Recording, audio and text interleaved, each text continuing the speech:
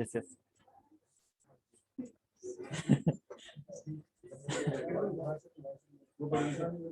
एक चेयर तो यहाँ पे इसमें हो जाएगा इसमें, अदरवाइज बगल क्लास में देखो एक बार।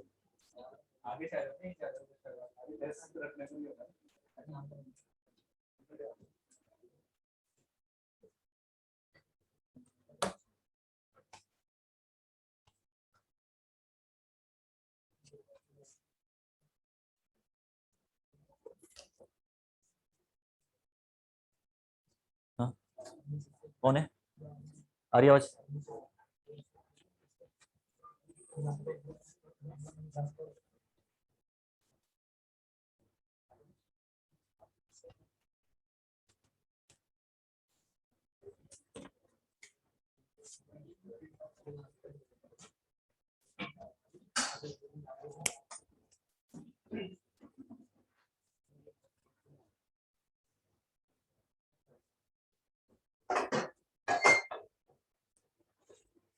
वो दीजिएगा, तो यहाँ पे लगा लो इधर फ्रंट में, दिक्कत है।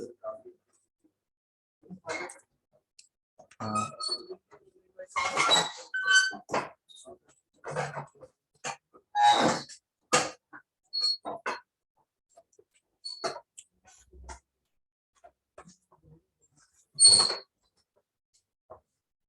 करें स्टार्ट। कहाँ पहुंचे हम लोग? एजम्पशंस डिस्कस कर रहे थे ना। एजम्पशन में 3 एजम्पशंस ऑलरेडी डिस्कस कर चुके हैं, अबे यार और भी आ रहे हैं अच्छे।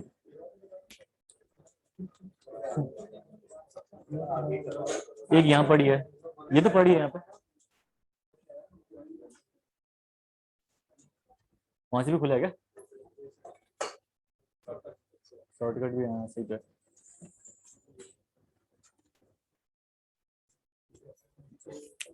जिसकी अटेंडेंस यहाँ पे देख लेना किसकी बची हुई है तो।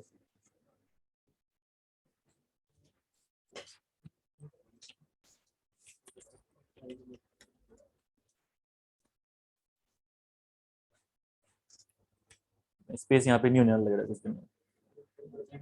हाँ ये रिकॉर्डिंग का था ना, तभी इस वजह से। हाँ इसको नीचे उठा के हम लेके जाएंगे नीचे उठा के इसको।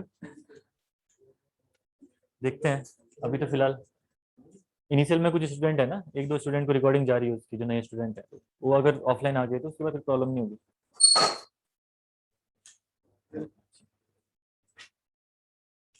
ठीक है चलिए करते हैं फिर स्टार्ट क्लास हम अपनी। हम लोग डिस्कस कर रहे थे एजम्पशंस के बारे में डिजाइनिंग के। ठीक है तो 3 एजम्पशन हम ऑलरेडी डिस्कस कर चुके हैं।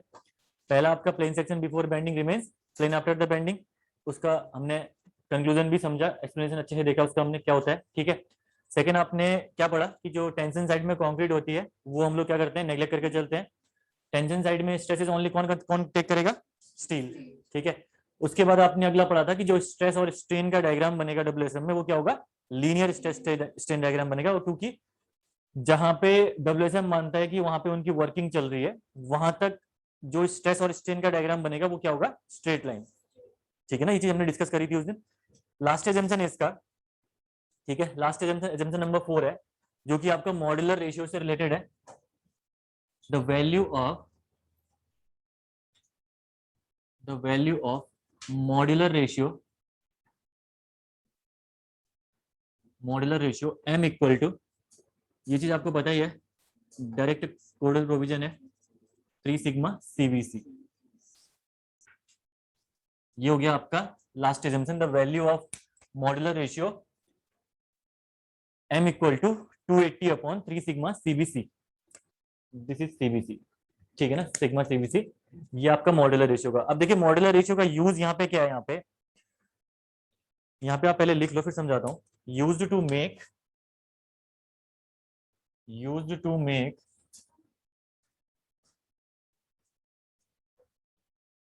Composite section from various material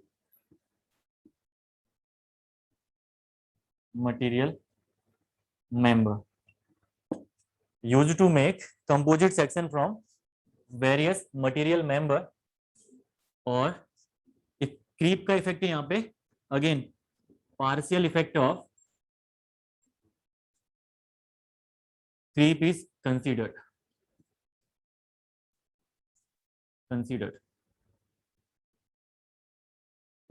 ठीक है। ये तो हो गया मॉड्यूलर रेशियो के बारे में, थोड़ा सा समझते हैं इसके बारे में। सबसे पहले देखिए मॉड्यूलर रेशियो का बहुत ही ज्यादा इंपॉर्टेंस है आपका डब्ल्यूएसएम की मेथड में। हर आपके लगभग हर एक क्वेश्चन में बिना इसके बिना आपकी डिजाइनिंग पॉसिबल है ही नहीं डब्ल्यूएसएम में। इसीलिए जो डब्ल्यूएसएम मेथड है उसको हम लोग मॉड्यूलर रेशियो मेथड भी बोलते हैं, इसी वजह से। ठीक है, अगर एग्जाम में पूछ दिया उसने मॉड्यूलर रेशियो मेथड कौन सी है, तो कौन सी है, डब्ल्यूएसएम है। मॉड्यूलर रेशियो का नॉर्मल सा फॉर्मूला होता है, ठीक है, ये होता है आपका modulus of elasticity of steel upon modulus of elasticity of concrete. एक नॉर्मल सा फॉर्मूला होता है, अगर आपको निकालना है तो इस फॉर्मूले से भी निकलता है, ठीक है। बाकी जो ये वाला फॉर्मूला है IS 8 आपका ये 456 ने जो स्पेसिफाई कर रखा है मॉड्यूलर रेशियो का, ये आपका है 280 अपॉन 3 सिग्मा CBC, ये आप यूज करोगे अपनी डिजाइनिंग में, ठीक है। अब होता क्या इस मॉड्यूलर रेशियो से हम लोग, आपने अगर सोम में अपनी क्लासों में पढ़ा होगा पहले के टाइम पे, तो होता क्या था वहां पे सोम में बेंडिंग स्ट्रेस वाले यूनिट में, लेट अस कंसीडर ये आपका कोई स्टील का एलिमेंट है, इसके साथ आपका एल्यूमिनियम यहाँ जुड़ा हुआ है, ठीक है, यहाँ जुड़ा हुआ है आपका कोई और एल्यूमिनियम, कोई और एलिमेंट, जैसे कि आपका क्या हो सकता है, कोई भी ब्रास मान लो या कॉपर, जो भी एलिमेंट है वो जुड़ा हुआ है, ठीक है, या वुड, कुछ भी हो सकता है, ठीक है। अगर ऐसा क्वेश्चन आ रखा है एग्जाम में, आपके सोम में पढ़ते हैं ये चीज हम, यहाँ पे जस्ट उसका थोड़ा सा बेसिक बता रहा हूँ मैं। अगर ऐसा क्वेश्चन एग्जाम में आया, उसने आपसे बोला कि कुछ प्रॉपर्टी निकालो, जैसे आपसे बोल दिया स्ट्रेस निकालिए, ठीक है, इनमें स्ट्रेस कितना आएगा, ठीक है, या आपसे बोल दिया कोई और प्रॉपर्टी, स्ट्रेन, जो भी प्रॉपर्टी है वो निकालिए बोल दिया, तो होता क्या है, कोई भी, इसको बोलते हैं कंपोजिट सेक्शन, जहां पे दो से ज्यादा एलिमेंट आपस में मिले हों, या दो से ज्यादा एलिमेंट मिले हों आपस में, उनको बोलते हैं कंपोजिट सेक्शन, ठीक है ना। तो इस वाले सेक्शन, कंपोजिट सेक्शन में अगर आपको स्ट्रेस निकालना पड़ेगा तो हर किसी के लिए, ब्रास के लिए भी निकालोगे, स्टील के लिए भी निकालोगे, ठीक है, एल्यूमिनियम के लिए भी निकालोगे, तो ये आपके बहुत डिफिकल्ट हो जाता है ऐसे, ठीक है, ऐसे काम नहीं चलता है, ये बहुत कॉम्प्लिकेटेड हो जाएगा आपके लिए, ठीक है। आप स्ट्रेस डायग्राम भी प्रॉपर नहीं बना पाओगे, इसको निकालने की जरूरत पड़ती है स्ट्रेस डायग्राम की, जो कि आप प्रॉपर नहीं बना पाओगे। तो सबसे सिंपल हम लोग क्या करते हैं, इसको हम लोग क्या करते हैं, या तो आप पूरे जो ये पूरा का पूरा जो एलिमेंट है, इसको आप कन्वर्ट कर दीजिए स्टील में, या कन्वर्ट कर दीजिए एल्यूमिनियम में, ब्रास में, या कन्वर्ट कर दीजिए एल्यूमिनियम में। अब आपका मटेरियल क्या हो जाएगा, सिर्फ होमोजेनियस मटेरियल हो जाएगा, यानी एक ही मटेरियल का बना हुआ पूरा सेक्शन बन जाएगा, उसको हम लोग बोलते हैं कंपोजिट सेक्शन। और ये पॉसिबल कैसे हुआ, पॉसिबल हुआ आपका मॉड्यूलर रेशियो की हेल्प से। अभी हम इसको डेरिवेशन में समझेंगे कैसे पॉसिबल रहता है, ठीक है। तो अपनी एनालिसिस के लिए आपने क्या करा, एक इक्विवेलेंट सेक्शन कंसीडर कर लिया, और मैं कंसीडर कर रहा हूँ ये आपने पूरा स्टील का, ठीक है, पूरे को आपने ट्रांसफॉर्म कर दिया स्टील में।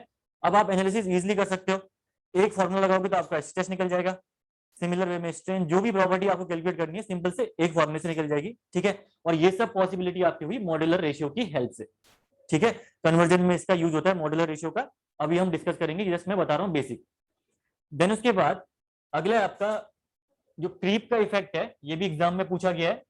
जब ये फॉर्मूला डिराइव किया गया था उन्होंने, ठीक है, ये फॉर्मूला जब डिराइव किया तो इसमें इन्होंने क्रीप का इफेक्ट पार्शियल कंसीडर कर रखा है। तो partial effect of creep consider करने का मतलब क्या है, टाइम को कंसीडर कर रखा है, नहीं कर रखा है, टाइम को कंसीडर कर रखा है या नहीं कर रखा है पार्शियल इफेक्ट में, टोटली टाइम को कंसीडर किया है, long term, short term, short term, बहुत कम टाइम पीरियड कंसीडर कर रखा है, तभी क्रीप का इफेक्ट पार्शियल कंसीडर किया। आपने जब short term static modulus of elasticity पढ़ा था ना, वहां पे मैंने क्या लिखा था आपको, effect of creep is considered partial, है ना। इसका मतलब मैंने आपको बताया था कि वो टेस्ट आपका बहुत कम दिनों में किया गया था, कि 7 दिन 10 दिन 15 दिन में ही वो टेस्ट निकाल के कर दिया गया था, तो क्रीप का इफेक्ट कंप्लीटली कंसीडर नहीं किया था, ठीक है। तो जहां पे भी partial effect of creep consider करेंगे हम लोग, वहां पे हमेशा कौन सा स्टैटिक मॉडुलस वहां पे यूज होगा, शॉर्ट टर्म स्टैटिक मॉडुलस वहां पे यूज होगा। तो ये जो स्टैटिक मॉडुलस ईसी वाला, ये आपका कौन सा है, short term modulus of elasticity है, ठीक है। तो ये तो हो गया आपका partial effect of creep is considered. इसके बाद हम लोग करते हैं यूज ऑफ एम, इसको कर लीजिए एक बार, जब मैं बताता हूं कि एम का यूज हम कैसे करेंगे। इसको मत बनाना, रिक्वायरमेंट नहीं है इसकी।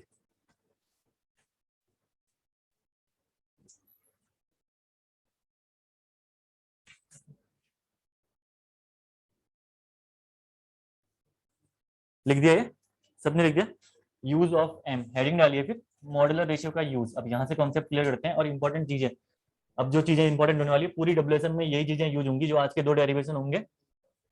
अगर ये समझ में आ गया, डब्ल्यूएसएन कुछ भी नहीं है उसके बाद, ठीक है। तो प्रॉपर वे में समझिए इनको। हेडिंग है आपकी use of M, use of M या मॉड्यूलर रेशियो का यूज अब क्या करने वाले हो आप, ये आपका नेक्स्ट है, ठीक है ना। यूज ऑफ एम में पहले मैं कर रहा हूँ एक एक, मैंने क्या लिया, बार ली, ये मैंने बार कंसीडर करी, ठीक है, ये एक साइड फिक्स है, एल इसकी टोटल लेंथ है, और आपने इसमें स्टील भी प्लेस कर रखी है, ठीक है। अगर इसका क्रॉस सेक्शन आप देखोगे, ठीक है, जब क्रॉस सेक्शन में बनाऊंगा इसका, तो वहां पे मैं स्टील भी दिखाऊंगा आपको, जो कि मैं यहाँ पे आपको दिख नहीं रही होगी, ठीक है। स्टील में यहाँ पे देखिए, ये मैंने ऐसे प्रोवाइड कर रखी है इस क्रॉस सेक्शन में, यानी इसके अंदर स्टील भी प्रेजेंट है, कॉन्क्रीट भी प्रेजेंट है, ठीक है ना। ये आपकी है स्टील, दिस इज कॉन्क्रीट, और ये है इसका क्रॉस सेक्शन। एक क्रॉस सेक्शन मैंने कहीं पे कट कर दिया, तो यहाँ पे आपका ये दिख के आएगा, ठीक है ना। देन मेरे कुछ रिप्रेजेंटेशन होंगे इसमें, मैं क्या करूंगा, लोड को रिप्रेजेंट करूंगा कैपिटल पी से, अगर स्टील में अप्लाई हो रहा है तो पी एस, कॉन्क्रीट में हो रहा है तो पी सी, ठीक है। और स्ट्रेस को रिप्रेजेंट करने के लिए स्मॉल पी एस, ठीक है, और स्मॉल पी सी, इससे मैं रिप्रेजेंट करूंगा लोड्स को, ठीक है ना। या स्मॉल पी एस को मैं लिख दूंगा टी ए बी, या इसको टी सी, ये हो गए मेरे रिप्रेजेंटेशन, ठीक है ना। तो टी ए आपके क्या होंगे, स्ट्रेस किसमें अप्लाई हो रहे हैं, स्टील में, तो stress, stress applied in steel, एक सेकेंड रुकिए।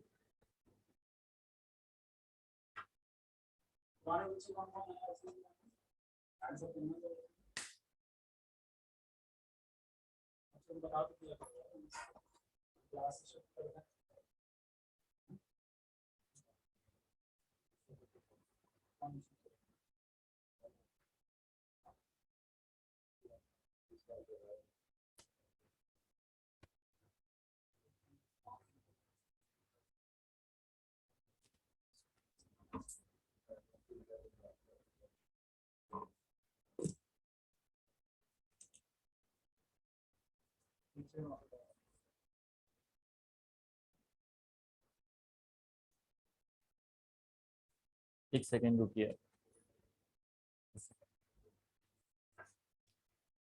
ऑनलाइन का सर बाद में नहीं करोगे?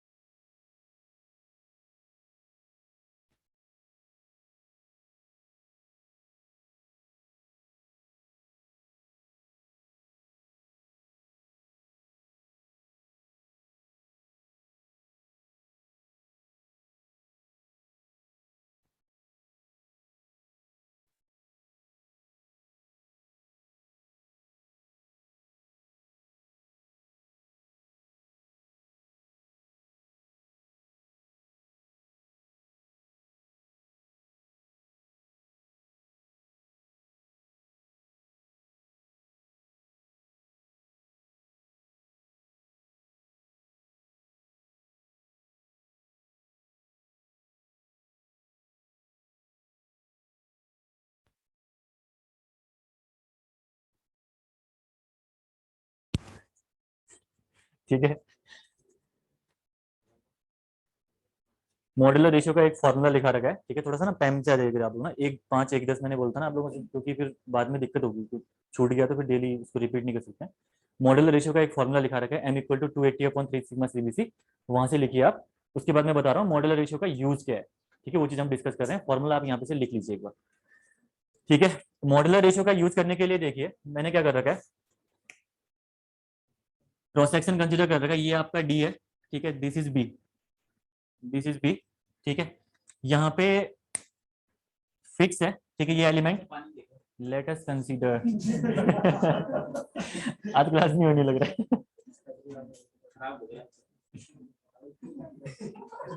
बंद कर दूं इसे क्या? बंद कर दूं? इतना गर्मी तो नहीं हो रही वैसे?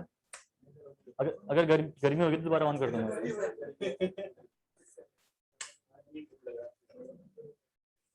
थोड़ा सा इधर की ओर आ जाओ। कर दिया ऑन यार। बारिश हो रही है क्या बाहर?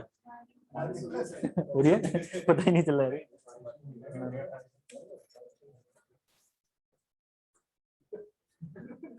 यहाँ से आ रहा है पानी।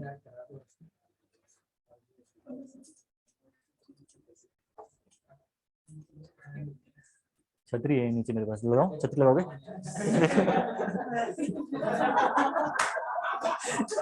इसको ले लो, चलो।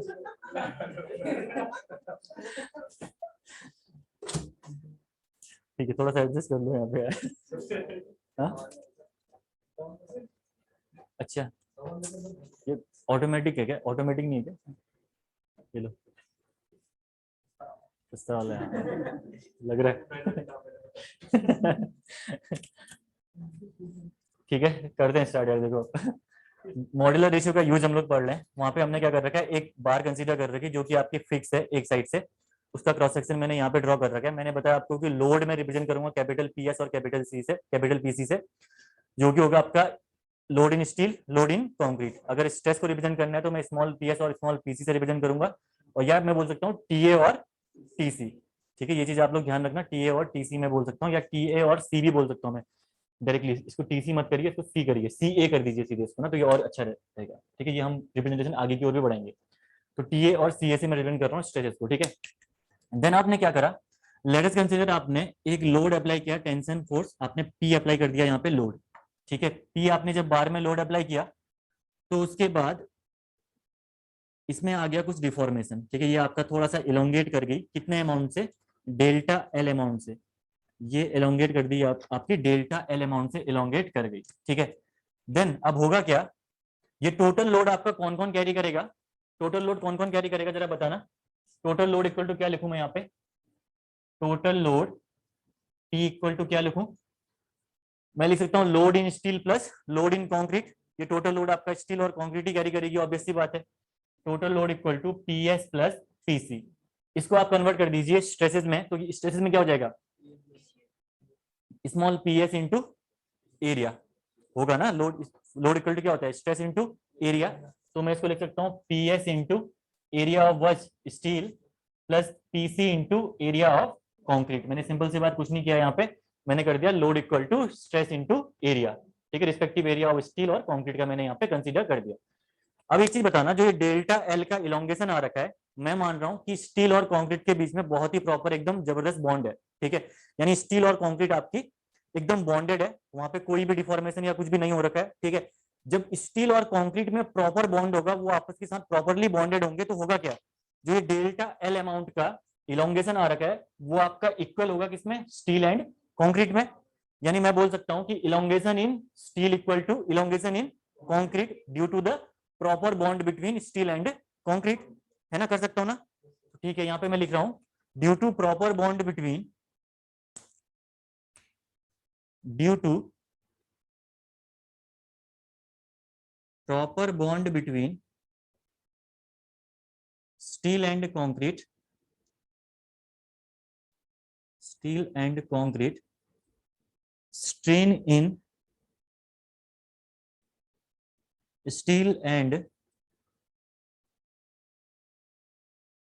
Concrete is same. ठीक है ना, स्ट्रेन सेम है मतलब इलोंगेशन आपका सेम है। स्ट्रेन क्या होता है? स्ट्रेन इक्वल टू होता है change in length upon original length. ठीक है, यानी अगर स्ट्रेन सेम है तो ऑब्वियसली बात है चेंज इन लेंथ भी आपकी सेम रहेगी। लेंथ तो ऑब्वियसली बात है सेम ही है। ठीक है ना, तो ये दोनों वैल्यूज भी इसके बाद सेम रहेंगी, ऑब्वियसली बात है, ये समझने वाली बात है। ठीक है, तो मैं यहाँ पे लिख सकता हूँ इसके बाद, ठीक है, इसके बाद मैं यहाँ पे लिख सकता हूँ change in length in steel equal to change in length in concrete. ये मैं इजीली बोल सकता हूँ due to the proper bond between steel and concrete. अब ये चेंज इन लेंथ आपका निकल के कैसे आएगा? चेंज इन लेंथ निकालने के लिए परसों हमने एक चीज करी थी ना, हमने वहां पे सॉल्व किया था, तो modulus of elasticity equal to Hooke's law से क्या निकल के आई थी, स्ट्रेस अपॉन स्ट्रेन निकल के आई थी हुक्स लॉ से। ठीक है, तो मैं कर सकता हूँ स्ट्रेस को फोर्स अपॉन एरिया, स्ट्रेन को मैं लिख सकता हूँ change in length upon original length. ठीक है, हमको निकालना क्या है, चेंज इन लेंथ। जब चेंज इन लेंथ आप यहाँ पे निकालोगे तो ये निकल जाएगा PL अपॉन ए, निकल गया।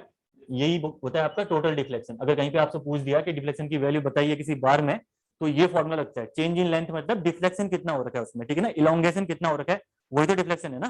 तो चेंज इन लेंथ आपका निकल के आ गया PL अपॉन ए इस फॉर्मूले से। ठीक है, रखिए जस्ट यहाँ पे आप इसकी वैल्यू को, जब आप इसकी वैल्यू यहाँ पे पुट करेंगे तो क्या हो जाएगा, ये PL upon AE of steel equal to PL upon AE of concrete, ये निकल के आ गया आपका। ठीक है, देन आप क्या कर सकते हो, यहाँ पे P अपॉन A को मैं लिख सकता हूँ स्ट्रेस।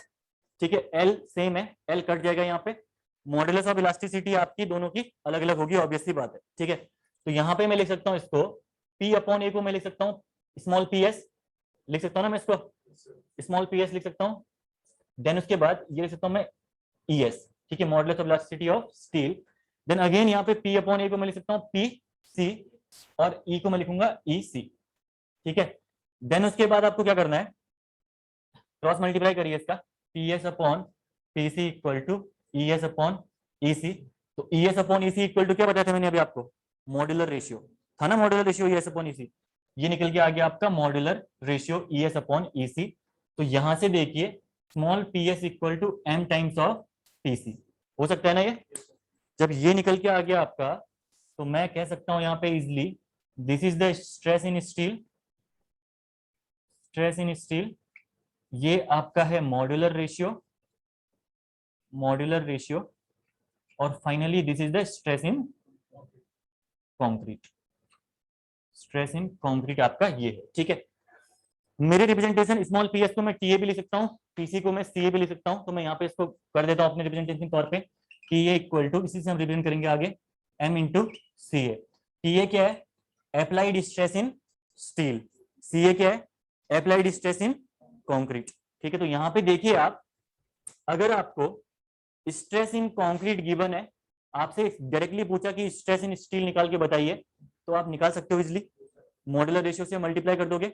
इन सिमिलर वे अगर आपके पास स्ट्रेस इन स्टील गिवन है और आपसे बोला स्ट्रेस इन कंक्रीट निकाल के बताइए, CA निकाल के बताइए, तो क्या करोगे आप, TA बाई M इजिली कर सकते हो। तो यानी आपने एक सेक्शन में, मतलब जैसे आपके लेट अस कंसीडर आपके स्ट्रेसेस, अगर आपके स्ट्रेसेस इन कंक्रीट गिवन है 20 न्यूटन पर mm स्क्वायर, ठीक है, CA इक्वल टू 20 न्यूटन पर mm स्क्वायर, और मॉड्यूलर रेशियो की वैल्यू आपको दे रखी है 10 इसमें। ठीक है, तो उसने बोला TA आपका स्ट्रेस इन स्टील आपका कितना होगा, तो कितना निकल के आ जाएगा यहाँ पे 200 न्यूटन पर mm स्क्वायर। तो 20 न्यूटन पर mm स्क्वायर जो इक्विवेलेंट होगा आपका, वो किसके इक्विवेलेंट होगा, 200 न्यूटन पर mm स्क्वायर ऑफ स्टील। ठीक है, अगर 20 न्यूटन पर mm स्क्वायर के स्ट्रेसेस किसमें लग रहे हैं, आपके कंक्रीट में लग रहे हैं, तो वो इक्विवेलेंट किसके होंगे, 200 न्यूटन पर mm स्क्वायर ऑफ स्टील। ठीक है, तो आपने क्या करा, मतलब कंक्रीट को कन्वर्ट कर दिया किसको, किसमें, स्टील में। इन सिमिलर वे वो आपसे पूछ सकता है TA गिवन होगा, CA निकालना, यानी आप क्या कर रहे हो, स्टील को कन्वर्ट किसमें कर रहे हो, कंक्रीट में। क्लियर है ये चीज। देन उसके बाद ये तो निकल गया आपका स्ट्रेस का फॉर्मूला। नेक्स्ट है आपका, आप क्या करिए, जो ये वाली वैल्यू है, ठीक है, इसको मैं कंसीडर कर रहा हूँ इक्वेशन नंबर 1 2, सॉरी, ठीक है, 2 कंसीडर कर रहा हूँ, 2 को आप पुट करिए 1 पे। ठीक है, तो मैं इसको यहां से कर रहा हूं, putting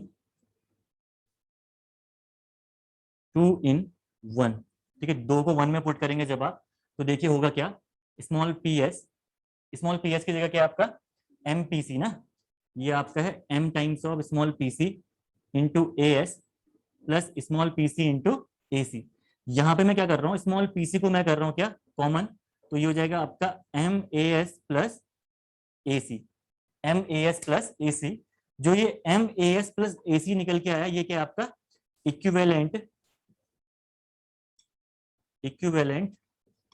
concrete area, equivalent concrete area यहाँ पे MAS निकल के आया है। ठीक है, यहाँ पे, ठीक है, होना क्या चाहिए था, stress in concrete into area of concrete होना चाहिए था। तो एरिया ऑफ कंक्रीट आपका कितना निकल के आया, m times of A S plus A C. यानी एसी को तो आपको हाथ नहीं लगाना है, उसको कन्वर्ट करने की जरूरत है ही नहीं। कन्वर्ट किसको करना था, स्टील के एरिया को कंक्रीट में, और आपने कन्वर्ट कैसे किया, एम से मल्टीप्लाई करके।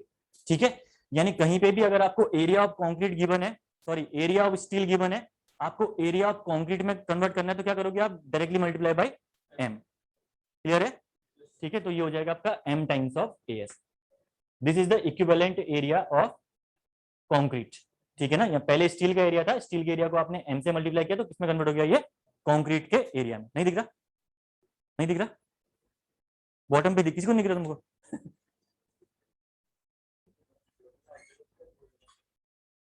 हाँ?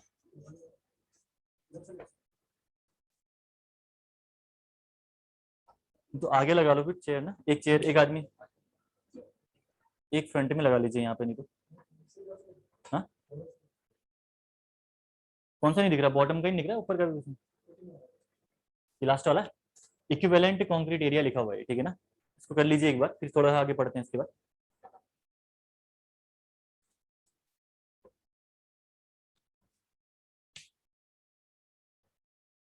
इसको करना टोटल इक्विवेलेंट कंक्रीट एरिया कर लीजिए, ठीक है ना, टोटल इक्विवेलेंट। तो यहाँ पे आपने सीखा क्या, यहाँ पे आपने स्ट्रेसेस को भी कन्वर्ट करना सीख सीख गए, और एरिया को भी कन्वर्ट करना सीख गए। बस रिक्वायरमेंट दो ही थी, इन रिक्वायरमेंट के बेस पे आप ध्यान रख सकते हो आगे के काम।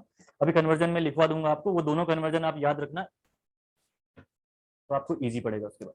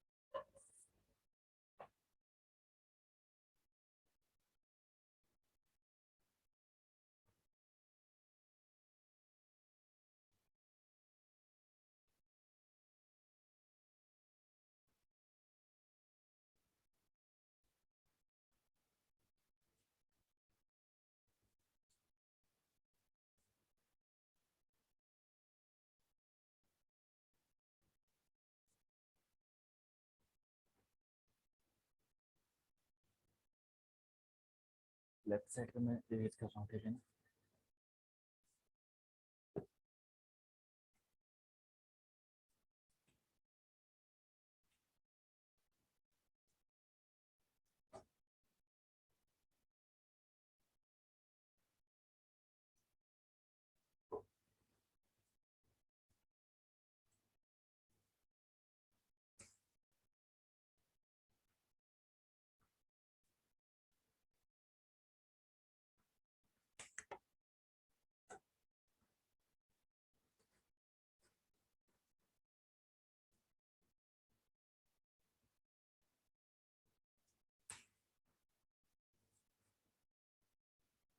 हो गया सबका।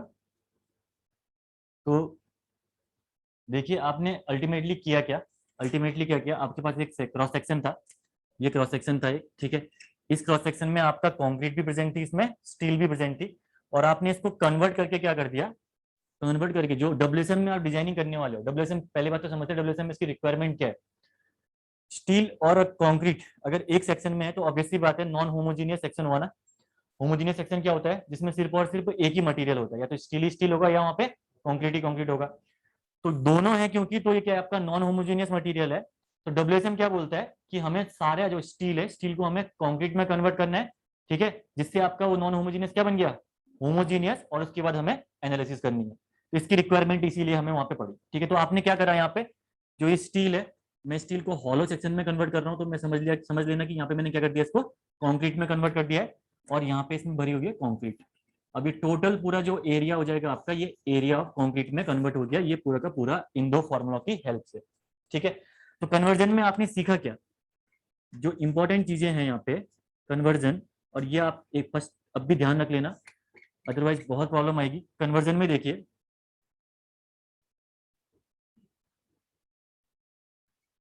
कन्वर्जन में देखिए सबसे पहला देखिए stress in steel, stress in steel आपकी क्या थी, टी है ना।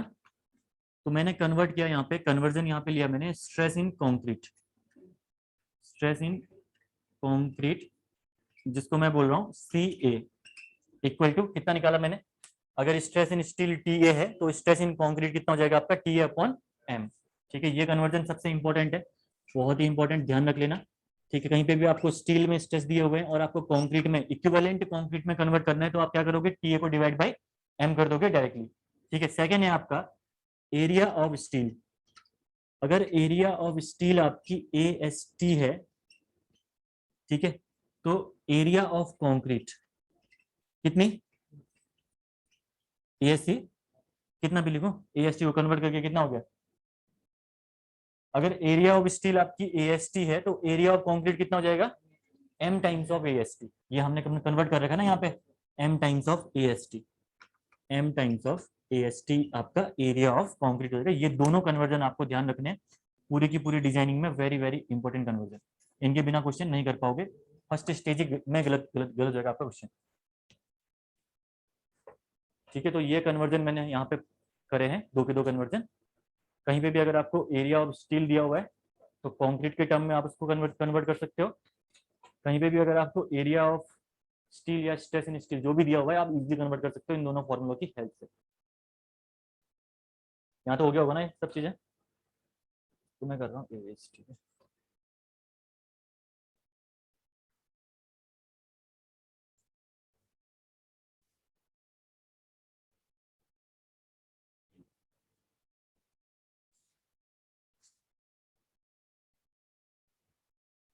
ये एरिया वाला समझ में आ गया ना, किसी को दिक्कत तो नहीं है एरिया वाले में, क्यों लिखा है एमईएसटी, तो बता दो,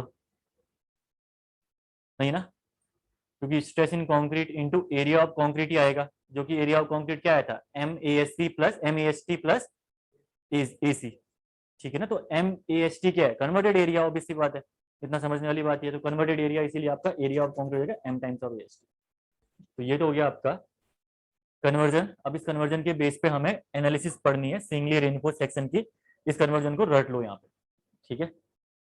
इससे न्यूमेरिकल भी आने के चांसेस हैं एग्जाम में आपके, कोई भी दे देगा आपको स्ट्रेस मॉडुलर रेशियो कुछ भी निकालना बोल सकता है, साथ में आपका कुछ भी यूज है यार, एरिया दे सकता है स्टील का, आपको बोलेगा कंक्रीट का निकालिए, मॉडुलर रेशियो आपको दिया होगा, ठीक है। कंक्रीट का एरिया दे सकता है आपको, स्टील का कंक्रीट का स्ट्रेस दे सकता है, स्टील का स्ट्रेस आपको निकालना पड़ सकता है। तो इसका यूज करना सीखिए, सीख जाओगे वैसे अभी आप जब डिजाइनिंग पढ़ोगे तो वहाँ पे प्रॉपरली इसका यूज करेंगे। लेकिन ये चीज ध्यान में रखो, क्योंकि अब मैं आगे लिखूंगा तो मैं डायरेक्टली लिखूंगा चीजें, तब कंफ्यूज नहीं होना चाहिए वहाँ पे, ठीक है ना, क्योंकि चीजें कॉम्प्लिकेटेड आती हैं उस टाइम पे, तब प्रॉब्लम आएगी। तो यहाँ पे आप ढंग से देख लो क्या है सामने फॉर्मूला। वैसे आप ये वाला टर्म ना और इससे इजी भी निकाल सकते हो, आप ये वाला टर्म काफी इजी तरीका भी है निकालने के लिए। अगर आपको याद नहीं होता है, बाई चांस एग्जाम में आप भूल गए और क्वेश्चन आ गया अगर स्ट्रेस से, तो आप काफी इजीली निकाल सकते हो। कैसे? मॉड्यूलर रेशियो इक्वल टू, आपने पढ़ा ES अपॉन EC ना। ES क्या होता है? Stress upon steel upon strain in steel. EC क्या हो जाएगा आपका? Stress in concrete upon strain in concrete. Strain आपके सेम है दोनों केस में, स्ट्रेन में चेंजेस नहीं है ना, चेंज इन लेंथ सेम ही आई थी दोनों में। तो निकल के क्या है ये निकल के आ गया आपका sigma S upon sigma C। Sigma S stress in steel को मैं लिखा था आपका TA, लिखा था मैंने TA, और स्ट्रेस इन कंक्रीट कंक्रीट को क्या लिखा था मैंने? CA। तो देखिए क्या निकल के आएगा, TA equal to CA into MA। आया नहीं आया? ये तो निकालता आपने, TA equal to CA into MA, M जो भी है M, ठीक है ना। तो इतना इजीली भी आप निकाल सकते हो इसको, डेरिवेशन करने की जरूरत भी नहीं पड़ेगी आपको। लेकिन तब जब आप एग्जाम में ये चीजें भूल गए, अगर कन्वेंशनल SSC JEE में क्वेश्चन पूछता है तो आपको पूरा का पूरा फॉलो करना पड़ेगा, अदरवाइज मार्क्स नहीं मिलेंगे आपको, ठीक है। क्योंकि अब मैंने बोल दिया यहाँ पे स्ट्रेन इक्वल है, अभी आपने डायग्राम बनाया था तो वहां से आप समझोगे, लेकिन अब वहां पे एग्जामिनर को भी तो समझाना है ना आपको चीजें। तो ये सिर्फ और सिर्फ उस केस में यूज करोगे आप जब आप कन्वर्ट करना भूल गए हो, ठीक है। अदरवाइज आप प्रॉपर तरीका पूरा यूज करोगे जिससे आपका निकलेगा। क्लियर है? अगर लिखना है तो लिख लो, अदरवाइज मैं इसको इरेज कर देता हूँ।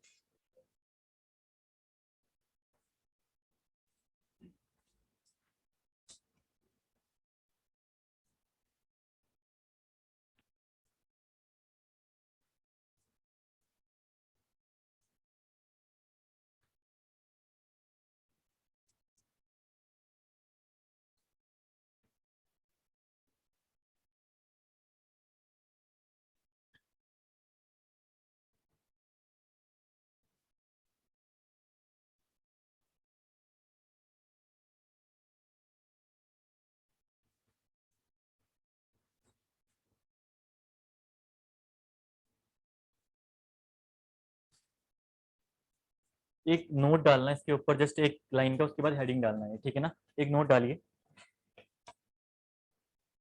लिखिए नोट के बारे में। WSM is also called, WSM is also called modular ratio method, WSM is also called modular ratio method, और modular ratio method को आप कर दीजिए अंडरलाइन,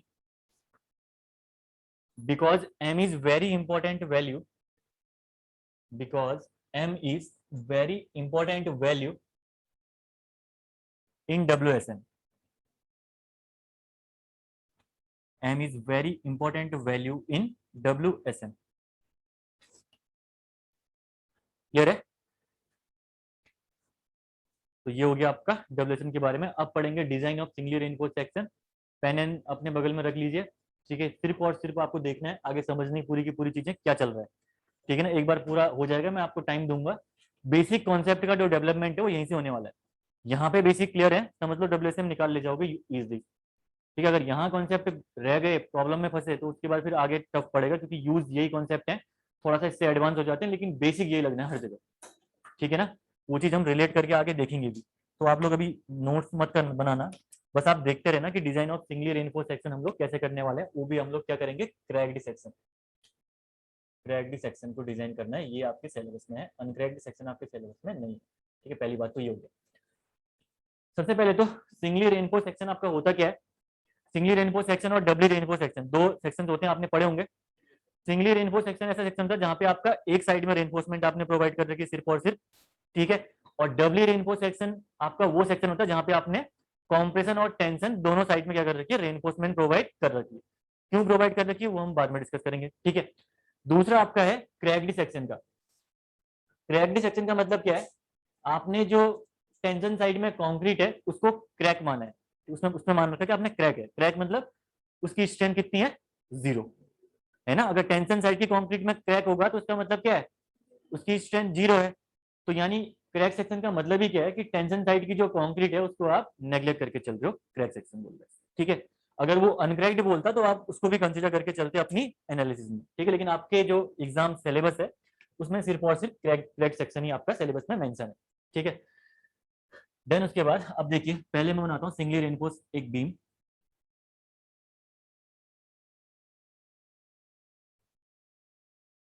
ये आपकी सिंगली रेनफोर्स बीम का एक बीम है, ठीक है। बीम को मैंने वर्टिकली रखा है ताकि आपको अंडरस्टैंडिंग के लिए इजी रहे, ठीक है। लेट अस कंसीडर ये इसकी न्यूट्रल एक्सिस है, और आपको बताइए न्यूट्रल एक्सिस का काम क्या है, कॉम्प्रेशन और टेंशन को डिफरेंशिएट करना। और मैंने आपको पहले क्लास में बता रखा है कि कॉम्प्रेशन कहाँ करेगा, न्यूट्रल एक्सिस से ऊपर, टेंशन कहाँ, न्यूट्रल एक्सिस से नीचे, ठीक है। तो हम स्टील कहाँ यूज करेंगे, न्यूट्रल एक्सिस से नीचे। यहाँ पे मैंने यूज कर दी steel to bear the tensile stresses, ठीक है। साथ में यहाँ पे मैं कह रहा हूँ आपसे कि जो न्यूट्रल एक्सिस से नीचे की कंक्रीट है उसको हम क्या कर रहे हैं, नेग्लेक्ट करके चल रहे हैं। मैंने यहाँ पे नेग्लेक्ट लिख दिया, ठीक है। Then let us consider top compression fibre से न्यूट्रल एक्सिस की जो डिस्टेंस है आपकी, दिस इज एक्स ए, ठीक है। X A is the distance from the top compression fibre to the neutral axis. Actual में देखा जाए तो न्यूट्रल एक्सिस आपकी है क्या, it is the centre of gravity of the section, ठीक है ना। रेक्टेंगल की कहाँ पे एक्ट करती है सेंटर ऑफ ग्रेविटी, d/2 पे, ऑब्वियसली बात है, ठीक है। ये चीज आपको पता ही होगी। देन एक्स ए हो गया, उसके बाद इफेक्टिव डेप्थ क्या थी आपकी, टॉप कंप्रेशन फाइबर से, बोलो, centre of gravity of reinforcement ना, टॉप कंप्रेशन फाइबर से centre of gravity of reinforcement की जो डिस्टेंस होती है, this is called the effective depth. ये मैंने लिखाई थी आपको, ठीक है। अगर मैं बात करूं टोटल डेप्थ की, तो टोटल डेप्थ आपकी टॉप फाइबर से लेकर ऑब्वियसली बात है bottom fibre of the extreme fibre of compression to the extreme fibre of tension only, ठीक है। ये हो गया इफेक्टिव डेप्थ, ठीक है। देन उसके बाद सेकेंड काम जो डब्ल्यूएसएम में आपको करना है वो क्या करना है, मैंने आपको बताया कि मॉडुलर रेशियो का यहाँ पे काफी इंपॉर्टेंस है। तो मॉडुलर रेशियो क्या करेगा आपका, यहाँ पे अभी ये आपका सेक्शन है नॉन होमोजीनियस, क्योंकि यहाँ पे स्टील भी प्रेजेंट है, कंक्रीट भी प्रेजेंट है, ठीक है। स्टील के साथ यहाँ पे कंक्रीट है, कंक्रीट को मैं हैच कर दे रहा हूँ आपको ताकि दिक्कत ना हो, ठीक है। ये होगी कंक्रीट। नेक्स्ट स्टेप में हमको करना क्या है, जो बॉटम पे स्टील प्रेजेंट है ना, इस स्टील को भी आप कंक्रीट में कन्वर्ट कर दीजिए, ठीक है। सिर्फ और सिर्फ स्टील को, ठीक है, स्टील को आप कन्वर्ट कर दीजिए कंक्रीट में, जिससे कि आपका एक सेक्शन ट्रांसफॉर्म हो जाएगा नॉन होमोजीनियस किसमें, होमोजीनियस में। तो सेकंड स्टेप आपका डब्ल्यूएसएम में होता है कि आपको नॉन होमोजीनियस बीम से होमोजीनियस बीम बनानी है। तो कंक्रीट तो इसमें सेम ही रहेगा, कंक्रीट में कोई चेंजेस नहीं आने। ये कंक्रीट यहाँ पे ये यहीं पे रहेगा, ठीक है। ये कंक्रीट है, और चेंजेस इसमें कहाँ पे आएंगे, ये टोटल डेप्थ है, मैं डॉट डॉट से शो कर रहा हूँ क्योंकि हमने यहाँ पे कंक्रीट को नेग्लेक्ट कर रखा है, ठीक है। ये डॉट डॉट से शो कर रहा हूँ। चेंजेस कहाँ पे आएंगे, सिर्फ और सिर्फ इस सेक्शन पे, ठीक है। यहाँ पे आपके चेंजेस आने वाले हैं, जहां पे आप क्या करने वाले हो, जो ये कंक्रीट है आपकी, इस जो स्टील है आपकी, स्टील को आपको किसमें कन्वर्ट करना है, कंक्रीट के फॉर्म में, ठीक है। ये आपका कंक्रीट के फॉर्म में आपने कन्वर्ट कर दिया, ठीक है। ये आपने कंक्रीट के फॉर्म में कन्वर्ट कर दिया। Late us consider this is the width of the section, ये आपकी विड्थ है। इन सिमिलर वे ये भी आपकी विड्थ हो जाएगी सेक्शन की, दिस इज एक्स ए। अगर मैं इस ब्लॉक का एरिया बोलूं तो आप इजीली निकाल लोगे, बी इंटू एक्स ए, ठीक है। Late us consider area of steel is AST, AST आपकी एरिया ऑफ स्टील है, तो कन्वर्टेड एरिया ऑफ कंक्रीट क्या हो जाएगी आपकी, M टाइम्स ऑफ AST, ठीक है। This is M times of AST आपकी कन्वर्टेड एरिया हो गया, ठीक है। इसको आप बोल सकते हो equivalent concrete diagram, equivalent concrete diagram आपका सेकंड बन गया। अब आपको क्या करना है, जो आपने सेकंड इक्विवेलेंट कंक्रीट डायग्राम बना रखा है, या आपने जो सेकंड होमोजीनियस सेक्शन बना रखा है, इसी का आपको स्ट्रेस डायग्राम भी प्लॉट करना है, ठीक है। करिए प्लॉट स्ट्रेस डायग्राम। आपको कोऑर्डिनेट, आपको एजम्पशन में ऑलरेडी पता है कि स्ट्रेस डायग्राम क्या बनेगा आपका, लीनियर बनेगा ना। स्ट्रेस डायग्राम आपका लीनियर बन के आएगा, आपको पता ही है। तो बनाइए इसका लीनियर स्ट्रेस डायग्राम। जब स्ट्रेस डायग्राम लीनियर बनाओगे आप, ठीक है, तो ये आउटर मोस्ट फाइबर हो गया, आउटर मोस्ट फाइबर से ये आपका स्ट्रेस डायग्राम बन के आ गया इसका, this is the stress diagram, ठीक है। यहाँ पे आप लिखिए stress diagram of concrete only, इस वाले का स्ट्रेस डायग्राम है, न कि उसका, डायग्राम ऑफ कंक्रीट ओनली, ठीक है। Stress diagram of concrete only, जो कि हमने क्या बना रखा है, लीनियर स्ट्रेस डायग्राम, जो कि हमने एजम्पशन में कंसीडर भी किया था। अगर स्ट्रेन का डायग्राम बोले तब भी वो क्या बनेगा, आपका लीनियर ही बनेगा, वो भी आपने अज्यूम किया था। यहाँ पे हमने करना क्या है, ये आपकी जो कंक्रीट प्रेजेंट है जहां पे स्टील थी, ये स्टील जहां पे प्रेजेंट है, पहले तो हमें इक्विवेलेंट स्ट्रेचेस निकालने हैं कंक्रीट के फॉर्म में, कितने निकल के आएंगे। ठीक है, ये पॉइंट यहाँ पे, ये वाला पॉइंट है, इस पॉइंट पे आप बताना, लेट अस कंसीडर, मैं यहाँ पे कंसीडर कर रहा हूँ TA is the stress in steel, stress in steel मैंने कंसीडर किया TA। तो स्ट्रेस इन कंक्रीट, यहाँ पे इक्विवेलेंट स्ट्रेस इन कंक्रीट कितने हो जाएंगे, यहाँ पे ये इक्विवेलेंट स्ट्रेस इन कंक्रीट कितने हो जाएंगे, बताना जरा।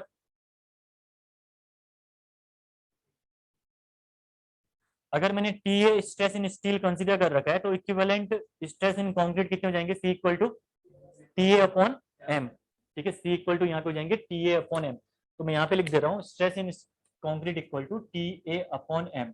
ठीक है, यानी जहां पे आपकी स्टील प्रेजेंट है वहां पे कंक्रीट के टर्म में स्ट्रेसेस कितने हैं, TA अपॉन M है। ठीक है, जो ये वाला पॉइंट है, this is the outermost fibre of the compression, और ये वाला पॉइंट है, this is the extreme fibre of the tension. Outermost fibre of the compression में स्ट्रेसेस किससे ज्यादा नहीं होने चाहिए, maximum stresses outermost fibre में कितने आ सकते हैं, लेट अस कंसीडर CA हम अप्लाई कर रहे हैं, yes, less than equal to sigma CBC। Concrete में परमिसिबल कितने थे आपके, सिग्मा CBC। और जो ये आउटर मोस्ट फाइबर है, आउटर मोस्ट फाइबर में लेट अस कंसीडर, हमने क्या करे, TA हमने अप्लाई स्ट्रेसेस बोले, अप्लाइड स्ट्रेसेस लगाए यहाँ पे, that should be less than equal to FCR। Less than, TA नहीं कर रहा हूँ मैं, FT कर रहा हूँ, TA मैंने ऊपर ले लिया ना इसको, FT, TA तो मैंने यहाँ पे कंसीडर कर लिया ना ऊपर पे, तो मैं इसको कंसीडर कर रहा हूँ FT। FT क्या है, आउटर मोस्ट टेंशन फाइबर में स्टील में कितने स्ट्रेसेस लग रहे हैं, और वो लेस देन इक्वल टू होनी चाहिए flexural tensile strength of concrete, क्योंकि हाईएस्ट कौन सी स्ट्रेंथ थी आपकी, फ्लेक्सुरल ना, डायरेक्ट टेंशन में तो नेग्लेक्ट कर रखा था, स्प्लिट फ्लेक्सर से कम थी, तो जो मैक्सिमम स्ट्रेंथ है उससे आपकी कम होनी चाहिए वैल्यू, तो FT is less than equal to FCR। इस केस में आपका ये सेक्शन सेफ रहेगा। ठीक है, यहाँ पे फेलियर अकर नहीं करेगा। देन उसके बाद अब एनालिसिस में आपको क्या करना है, यहाँ पे आपको निकालना है फोर्सेस। ठीक है, कौन कौन से फोर्सेस निकलेंगे यहाँ पे, जरा बताना। यहाँ पे फोर्सेस, एक तो फोर्स आपका यहाँ पे निकलेगा इस कॉन्क्रीट में, ऑब्वियसली बात है। दूसरा फोर्स कहाँ पे निकलेगा, जहां पे ये कॉन्क्रीट है जिसको आपने कन्वर्ट कर रखा है स्टील से। ठीक है, यहाँ पे तो कितने फोर्स निकलेंगे, यहाँ पे 2 फोर्स।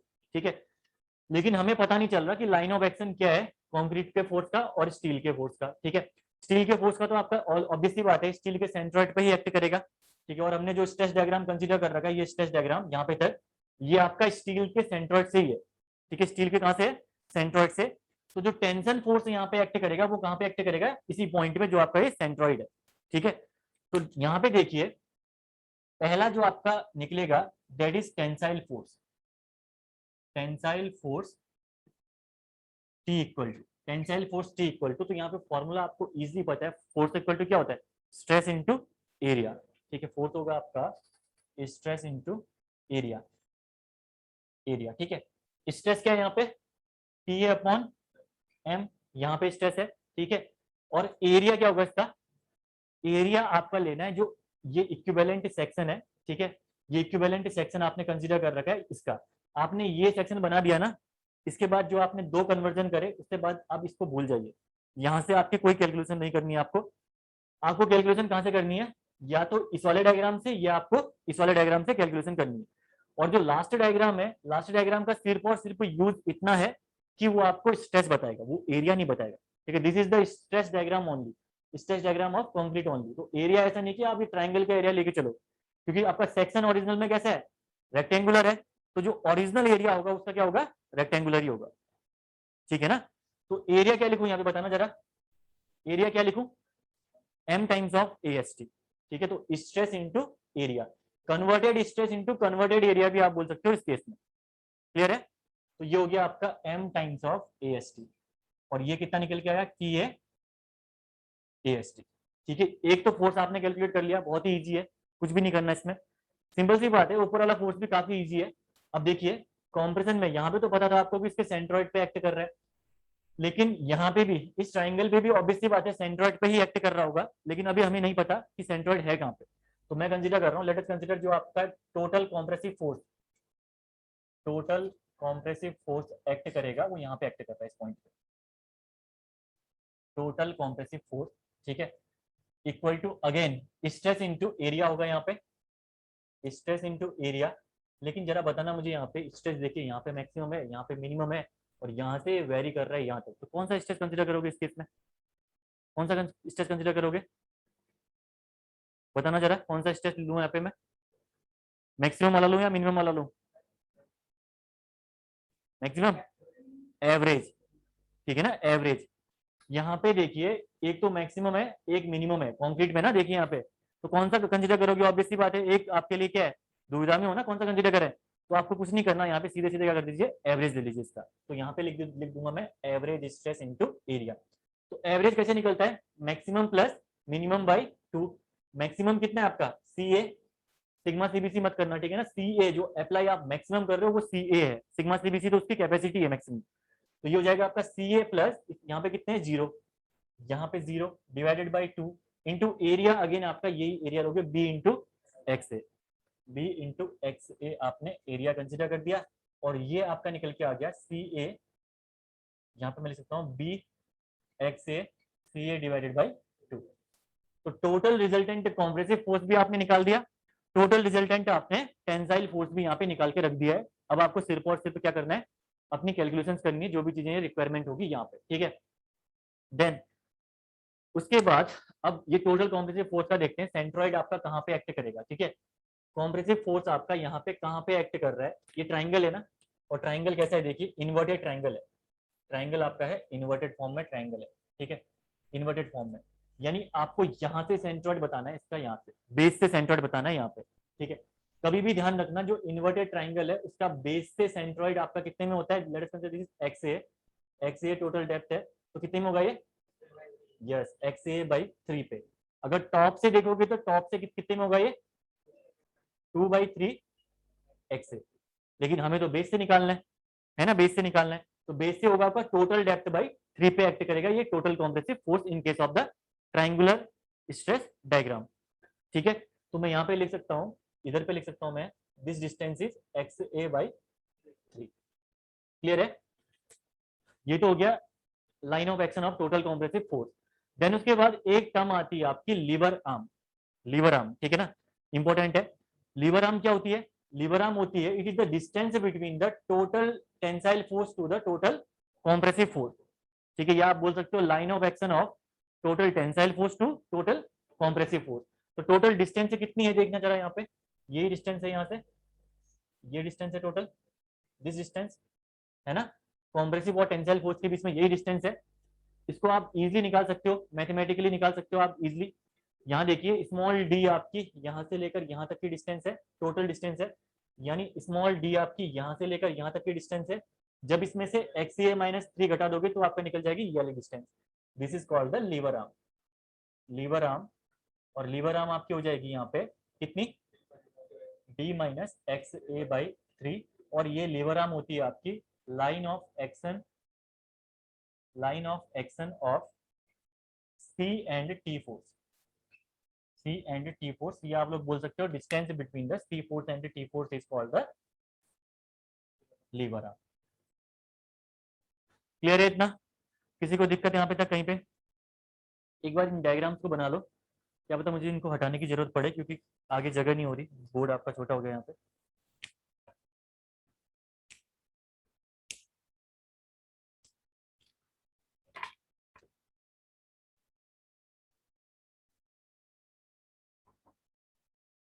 यहाँ की भी रिक्वायरमेंट पड़ेगी, अब लेकिन वहाँ पे फिर वहाँ नहीं आएगा, कहाँ करना पड़ेगा।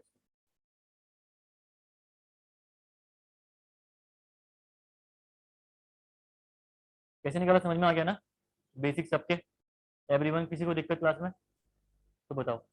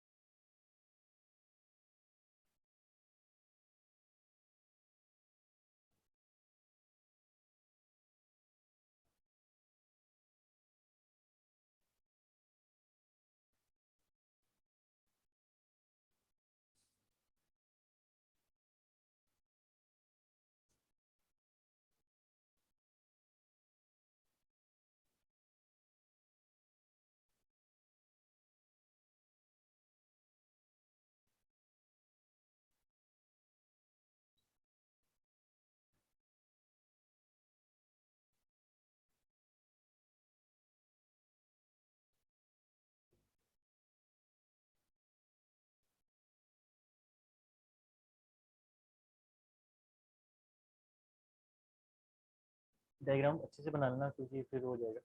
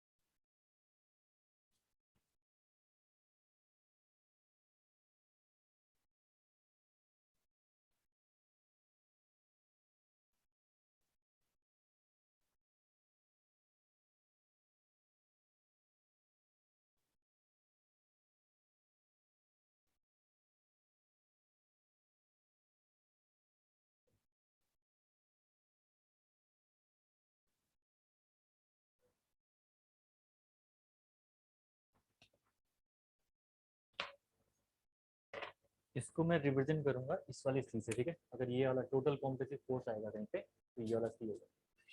अगर मैंने ऐसा लिखा हुआ है तो समझ जाना ये आपका टोटल कॉम्प्रेसिव फोर्स की बात चल रही है, ठीक है। टेंसाइल फोर्स को मैं टी से रिप्रेजेंट करूंगा।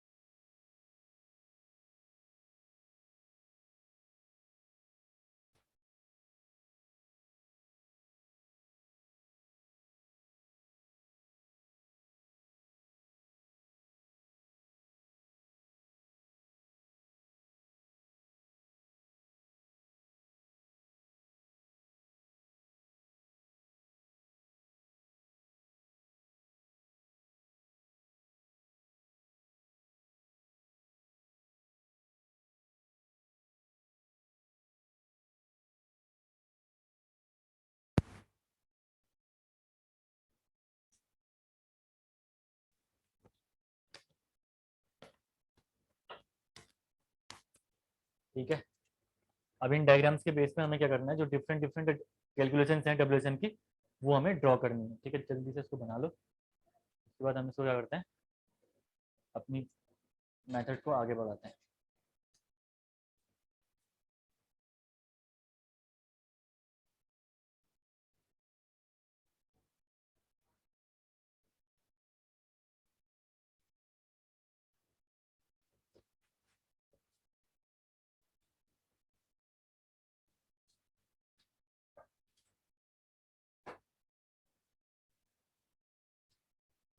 बन गए, घर में जाके रिवीजन कर लेना इसका, ठीक है ना, तो भूलोगे डेरिवेशन।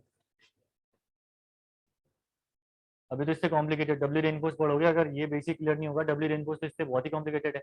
कॉन्सेप्ट सेम ही है, कुछ नहीं कॉन्सेप्ट आपका, लेकिन कॉम्प्लिकेशन में देखा जाए तो काफी कॉम्प्लिकेटेड है। तो फिर अगर ये समझ में नहीं आएगा तो डब्ल्यू फिर गया हो काम से, टी बीम गया काम से।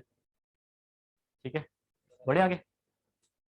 पहला अब देखिए केसेस, हेडिंग डालिए केसेस, इसके बाद अगर बन गया तो सबका हेडिंग डालिए केसेस। कौन कौन से केसेस हमें डिस्कस करने हैं, वो केसेस हम लोग सारी चीजें हम लोग यहाँ पे लिख लेते हैं। पहला लिखिए केस में, पहला लिखिए actual depth of neutral axis, क्योंकि यहाँ पे जगह नहीं है। आप लिखिए पहला, केसेस में पहला लिखिए actual depth of neutral axis का calculation. Actual depth of neutral axis x a लिखिए, neutral axis x a, bracket में लिखना एक्स ए, यानी जो एक्चुअल डेप्थ मैंने बता तो दिया इतनी है, लेकिन है कितनी कैसे निकालोगे। ठीक है, ये चीज पता चलेगी ना, निकालनी पड़ेगी यहाँ पे आपको। तो पहले लिखिए इसके बारे में थोड़ा। मैंने आपको बता ही दिया न्यूट्रल एक्सिस क्या आपकी सेंट्रॉइड है सेक्शन की किसी, ठीक है, इस पॉइंट को लिखिए। Actual neutral axis is the, actual neutral axis is the center of gravity of the section. Actual neutral axis is the center of gravity of the section. ठीक है, फुल स्टॉप करके लिखिए इसमें। The neutral axis is calculated by, the neutral axis is calculated by, मतलब actual depth of neutral axis, ठीक है ना, वही बात चल रही है। The neutral axis is calculated by equating moment of area, equating moment of area on two side of neutral axis, equating moment of area on two sides of neutral axis। ठीक है, तो actual depth of neutral axis आपकी कैसे निकलेगी, जब आप क्या करोगे, न्यूट्रल एक्सिस के ऊपर का मोमेंट ऑफ एरिया और न्यूट्रल एक्सिस के नीचे का मोमेंट ऑफ एरिया इक्वेट करोगे, उस केस में निकलेगी आपकी क्या, actual depth of neutral axis. ये बेसिक कॉन्सेप्ट है, आप डब्ल्यू टी कहीं भी जाओ, ये बेसिक कॉन्सेप्ट आपका अप्लाई होगा कि आपको न्यूट्रल एक्सिस इससे ऊपर न्यूट्रल एक्सिस से नीचे दोनों के मोमेंट ऑफ एरिया को क्या करना है, इक्वेट करना है। तो देखिए मोमेंट ऑफ एरिया आपका निकलता कैसे है, पहले केस में देखते हैं। पहले आपका एक्स ए का कैलकुलेशन है, जिसमें हम लोग बात कर रहे हैं मोमेंट ऑफ एरिया की, ठीक है ना, एम ओ ए कर रहा हूं मैं, मोमेंट ऑफ एरिया। इसका फॉर्मूला होता है मैकेनिक्स में directly, this is area into centroid of, centroid of section from, centroid of section from neutral axis.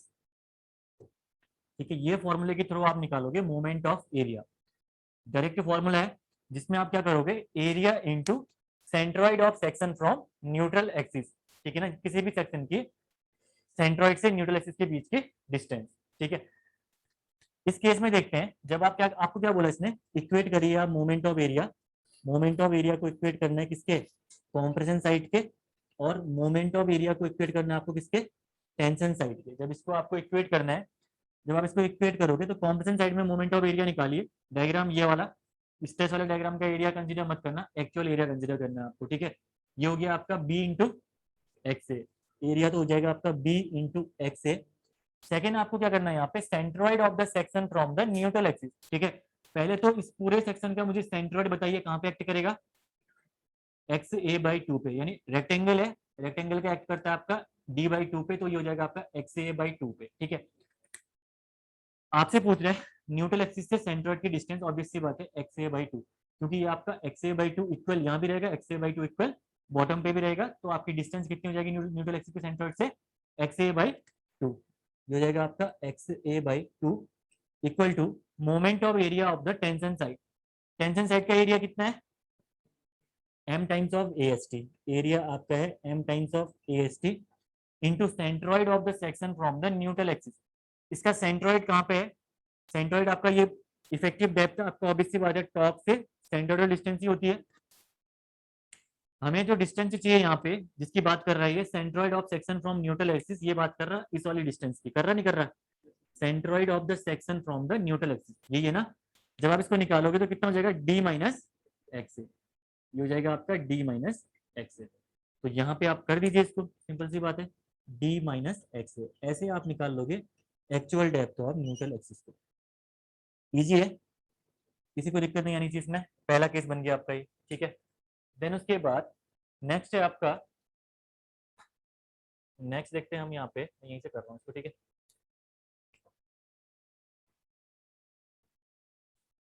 Next आपको दूसरा केस में क्या दिया हुआ है, ठीक है। सेकेंड केस में आपका टोटल रिजल्टेंट कॉम्प्रेसिव फोर्स कितना आया, टोटल रिजल्टेंट कॉम्प्रेसिव फोर्स, अगर मैं बात करूं टोटल रिजल्टेंट कॉम्प्रेसिव फोर्स की, इसको मैं रिविजन कर रहा हूं इस वाले सी से, ठीक है। ये आया आपका B X A C A by two, B X A C A by two, ठीक है। थर्ड में आपने निकाला टोटल टेंसाइल फोर्स, या टोटल रिजल्टेंट भी बोल सकते हो, या total tensile force. Total tensile force आपका निकल के आया टी इक्वल टू, निकल के कितना आया, T A S T, T A S T. Fourth आपका निकला लीवर आर्म, यहाँ पे लीवर आर्म, लीवर आर्म आपकी यहाँ पे डेफिनेशन लिखी ना सभी ने, दिख रही है यहाँ पे डेफिनेशन सबने लिख दी होगी है लीवर आर्म की, यहाँ पे दोबारा लिखने की जरूरत तो नहीं है। तो लीवर आर्म आपका यहाँ पे निकल के आया था d minus x a upon three, d minus x a upon three, ये तीन चार कैलकुलेशन हो गई आपकी। नेक्स्ट हमें क्या करना है यहाँ पे, नेक्स्ट हमें पांचवें केस में हमें निकालना है bending moment due to C and T force, ठीक है। या हम लोग बोल सकते हैं पांचवें केस में देखिए, मोमेंट ऑफ रेजिस्टेंस नाम सुना होगा ना, moment of resistance due to C and T force, C and T force की वजह से मोमेंट ऑफ रेजिस्टेंस आपको निकालना है। मोमेंट ऑफ रेजिस्टेंस पहले तो देखिए होता क्या है, मोमेंट ऑफ रेजिस्टेंस आपका एक बार देख लीजिए फिर लिखिए। हमें देखिए ये चार तो कैलकुलेशन आपकी इजी होगी, पांचवा हमें निकालना है moment of resistance due to C and T forces, ठीक है ना। पहली बात तो मोमेंट ऑफ रेजिस्टेंस होता क्या है, ठीक है।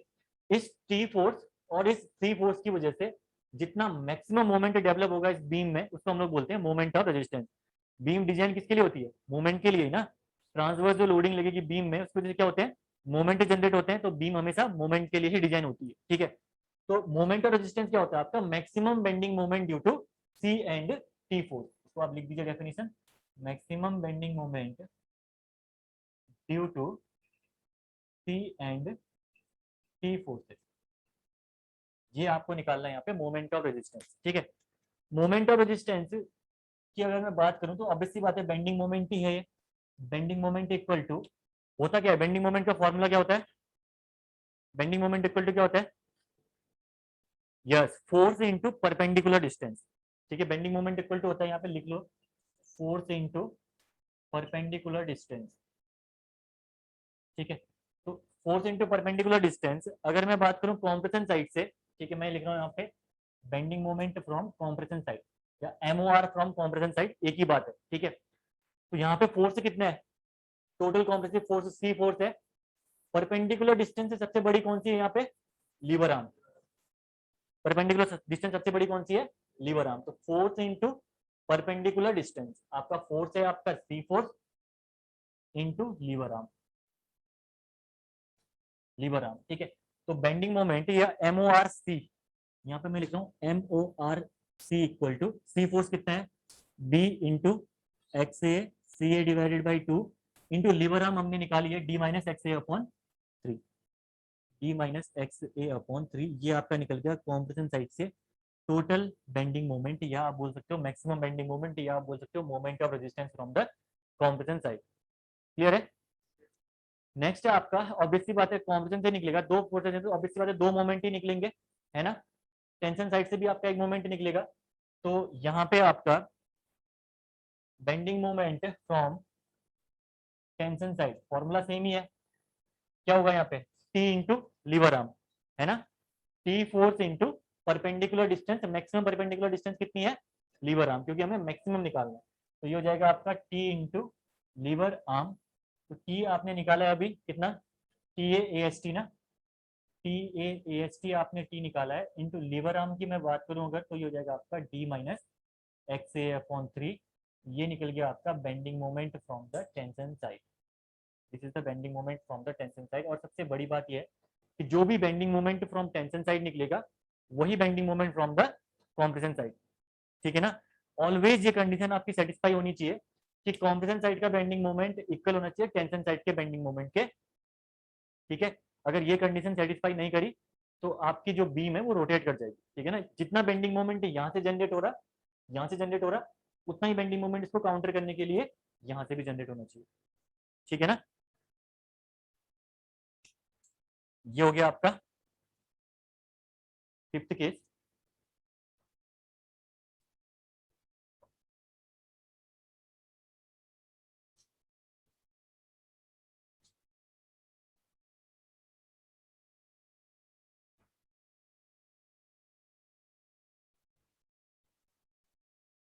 इधर का साइड लिख दिया होगा ना आपने, वाला ये लिख दिया होगा, इसको मैं इरेज कर देता हूँ, ठीक है ना। यहाँ पे रिक्वायरमेंट अब नहीं होगी, पड़ेगी।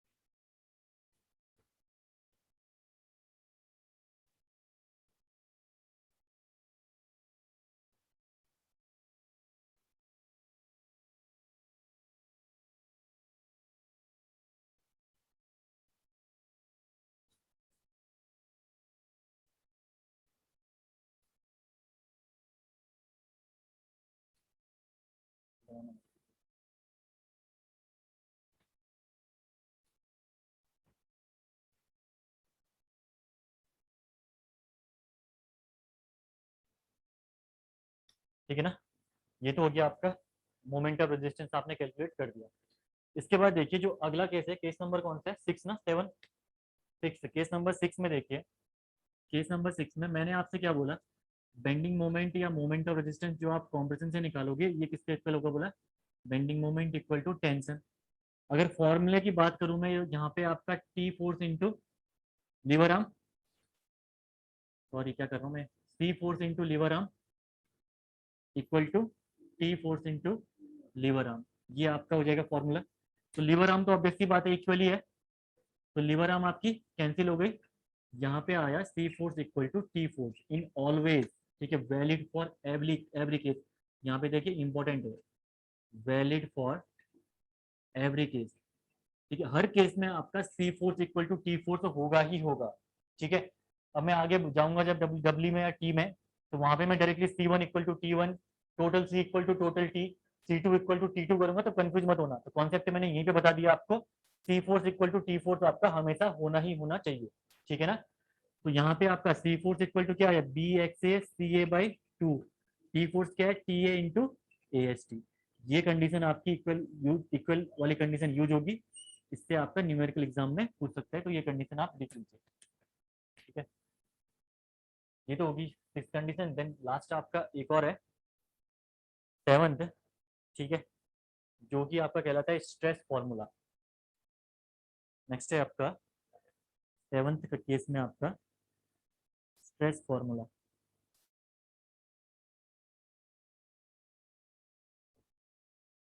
ठीक है, ये स्ट्रेस फॉर्मूला आपका है क्या, आप देखते हैं, स्ट्रेस फॉर्मूला यहाँ पे लिख देना इन ऑल केसेस, ये भी आपका हर केस में वैलिड होगा, ठीक है ना, in all cases, in all cases, सारे केसेस में आपका वैलिड होगा ये स्ट्रेस फॉर्मूला। अब देखिए यहाँ पे एक बार फिर लिख लेना है आप यहाँ पे, नेक्स्ट है आपका स्ट्रेस फॉर्मूला, लास्ट है जो कि कैलकुलेशन जो हमने करी है उसमें से, ठीक है, उसके लिए मैंने वही डायग्राम बना रखा है, थोड़ा सा उसको यहाँ पे मैंने मॉडिफाई कर दिया, कुछ नहीं किया, देखिए actual depth of neutral axis आपकी एक्स ए है, और ये वाली डिस्टेंस जहाँ से टेंसाइल फोर्स एक्ट कर रहा था वो थी आपकी डी माइनस एक्स ए, ठीक है, और अगर मैं बात करूँ एक्सट्रीम टेंशन फाइबर से, ये हो जाएगी d minus x a capital D, total depth capital D थी ना, डी माइनस एक्स ए, और स्मॉल डी आपकी ऑब्वियसली बात है टॉप कॉम्प्रेशन फाइबर से centroid of the steel reinforcement की डिस्टेंस होगी स्मॉल डी, ठीक है। हमें यहाँ पे निकालना है एक स्ट्रेस फॉर्मूला, एक फॉर्मूला निकल के आता है यहाँ से स्ट्रेस फॉर्मूला, जो आपका न्यूमेरिकल्स में यूज होगा काफी, ठीक है, आपके एग्जाम में ऑब्जेक्टिव में भी पूछा है वो फॉर्मूला। वो फॉर्मूला कैसे निकलेगा, देखिए मैंने आपसे क्या बोला, जो ये डायग्राम है पहले ही एजम्पशन में हम लोग कर चुके हैं कि ये डायग्राम आपका क्या होगा, लीनियर स्ट्रेस डायग्राम होगा। जब लीनियर स्ट्रेस डायग्राम होगा तो ऑब्वियसली बात है ये एंगल्स भी आपस में क्या होंगे, इक्वल होंगे, तो सिंपल सी ज्योमेट्री से अगर आपके आपस में एंगल इक्वल है तो इनकी साइड्स क्या होंगी, आपस में इक्वल होंगी, जो भी साइड्स आप कंसीडर करोगे, जैसे मैं क्या कर रहा हूँ साइड्स का रेशियो ले रहा हूँ, मैं ले रहा हूँ c a upon x A equal to कर रहा हूँ मैं टी ए अपॉन एम, ये वाली side into d minus x ए, ठीक है, divide by d minus x a, और इक्वल टू मैं कर रहा हूँ एफ टी, ये वाली side divided by capital D minus x ए, ठीक है। तो यहाँ पे देखिए मैं क्या कर रहा हूँ c a upon x A, C a upon x A equal to t a upon m, ये वाली side t a upon m divided by ये वाली side d minus x a, d minus x a, वैसे आपका इतना भी याद रखोगे चल जाएगा, ठीक है। नेक्स्ट आपका f t upon capital D minus x a, ये फॉर्मूला निकल के आएगा, जिसमें से आपका ये फॉर्मूला इंपॉर्टेंट है, इतना तो आप ध्यान को आपको ध्यान रखना ही रखना है, ठीक है, बाकी ये भी ध्यान रखते तो ठीक है, वैसे काम नहीं आएगा वो, आ गया तो क्या पता, लिखवा दिया मैंने, ठीक है, इसको भी t a upon x A equal to t a upon m upon d minus x a, रटने की जरूरत भी नहीं है, आप इजीली इसको याद भी कर सकते हो, इसका यूज भी है आपके न्यूमेरिकल्स में, तभी हम लोग यहाँ पे इसको डिराइव कर रहे हैं। तो ये हो गई आपकी सारी की सारी कैलकुलेशंस। अब आपका क्या बचा, एक क्रिटिकल डेप्थ बची है, ठीक, उसके बारे में पहले पहुंचेंगे तब करते हैं उसको, बाकी उसके अलावा आपने ऑलमोस्ट सभी चीजें यहाँ पे डिस्कस कर ली जो कि आपकी डिजाइनिंग में यूज होने वाली।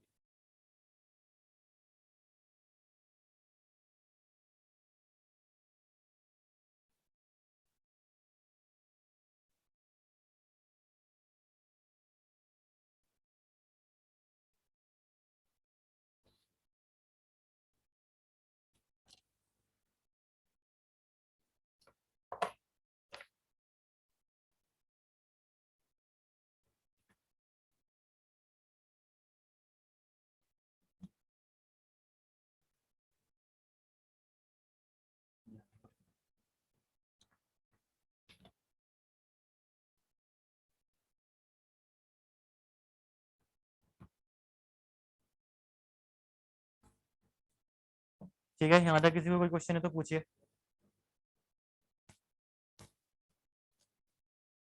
होने गीला हो जाएंगे। छतरी की जरूरत तो मुझे भी थी फ्रंट में।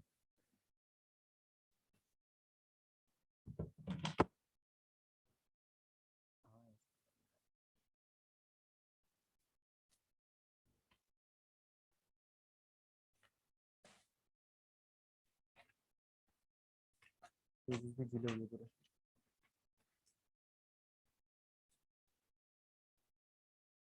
हो गया नहीं? यहाँ पे तक किसी को प्रॉब्लम तो नहीं है, किसी को कहीं पे डेरिवेशन में दिक्कत तो नहीं आई? क्लियर है पूरा डेरिवेशन? देन नेक्स्ट है आपका, अब ये आपने डायग्राम बना लो एक बार, उसके बाद हेडिंग डालना टाइप्स ऑफ सेक्शंस। ठीक है, डिफरेंट टाइप्स ऑफ सेक्शंस आप हेडिंग डालना उसके बाद।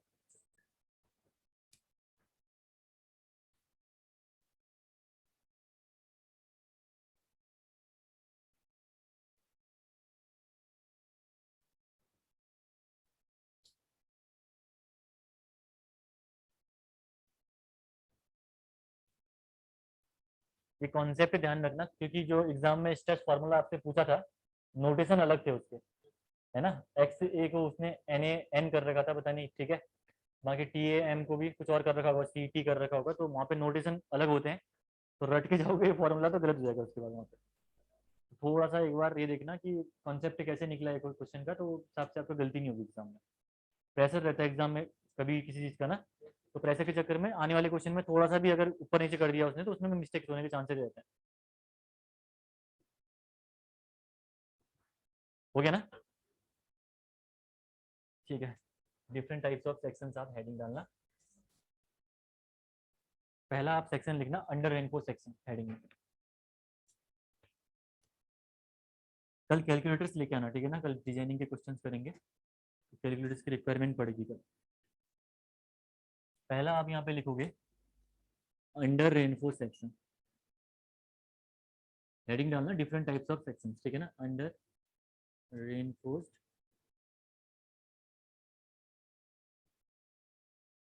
सेक्शन, ठीक है ना। अंडर रेनफोर्स सेक्शन आपका पहला सेक्शन है जिसको आपको डिस्क्राइब करना है यहाँ पे।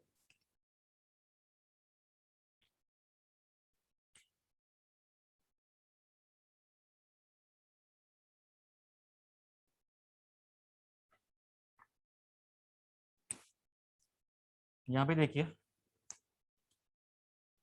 मैं सेम ये स्ट्रेस वाला जो डायग्राम सामने आपको दिख रहा है, यही डायग्राम के थ्रू से आपको समझाता हूँ कि क्या आपका अंडर रेनफोर्स होता है, क्या आपका बैलेंस होता है, क्या आपका ओवर रेनफोर्स सेक्शन, काफी सिंपल तरीके से, ठीक है ना। आप जस्ट देखिए यहाँ पे, ऑब्वियसली बात है, ये यही यहाँ पे न्यूट्रल एक्सिस आपकी लाई करेगी, ठीक है। इस न्यूट्रल एक्सिस में टॉप वाला कॉम्प्रेशन है, बॉटम वाला टेंशन, इतना पता है आपको। कॉम्प्रेशन में जो मैक्सिमम स्ट्रेसेस आपके लग सकते हैं वो कितने लग सकते हैं आपके मैक्सिमम स्ट्रेसेस, कितना, सिग्मा सीबीसी, ठीक है। यहाँ पे देखना सिग्मा सीबीसी आपके मैक्सिमम लग सकते हैं। सिग्मा सीबीसी निकलती कैसे, एफ सी के बाई 3 से, फॉर्मूला एफ सी के बाई क्या है, 3 है। अगर मैं बात करूँ टेंशन की, तो टेंशन में आपके मैक्सिमम कितने स्ट्रेसेस लगेंगे, sigma S t, converted form में sigma S T upon m, ठीक है। तो मैक्सिमम आपके टेंशन में भी आपके पास मिल गए स्ट्रेसेस, कॉम्प्रेशन में जब आपने कंक्रीट यूज करेगी तब भी आपको मैक्सिमम स्ट्रेसेस यहाँ पे पता चल गए, ठीक है। फर्स्ट बार जब आपने लोड किया बीम को, यानी जब आपने एक बार मोमेंट, आप बोलो एक बार जब बीम में आपने मोमेंट को इंक्रीज किया, तो आपका स्ट्रेस डायग्राम ये बन के आया, देखिए।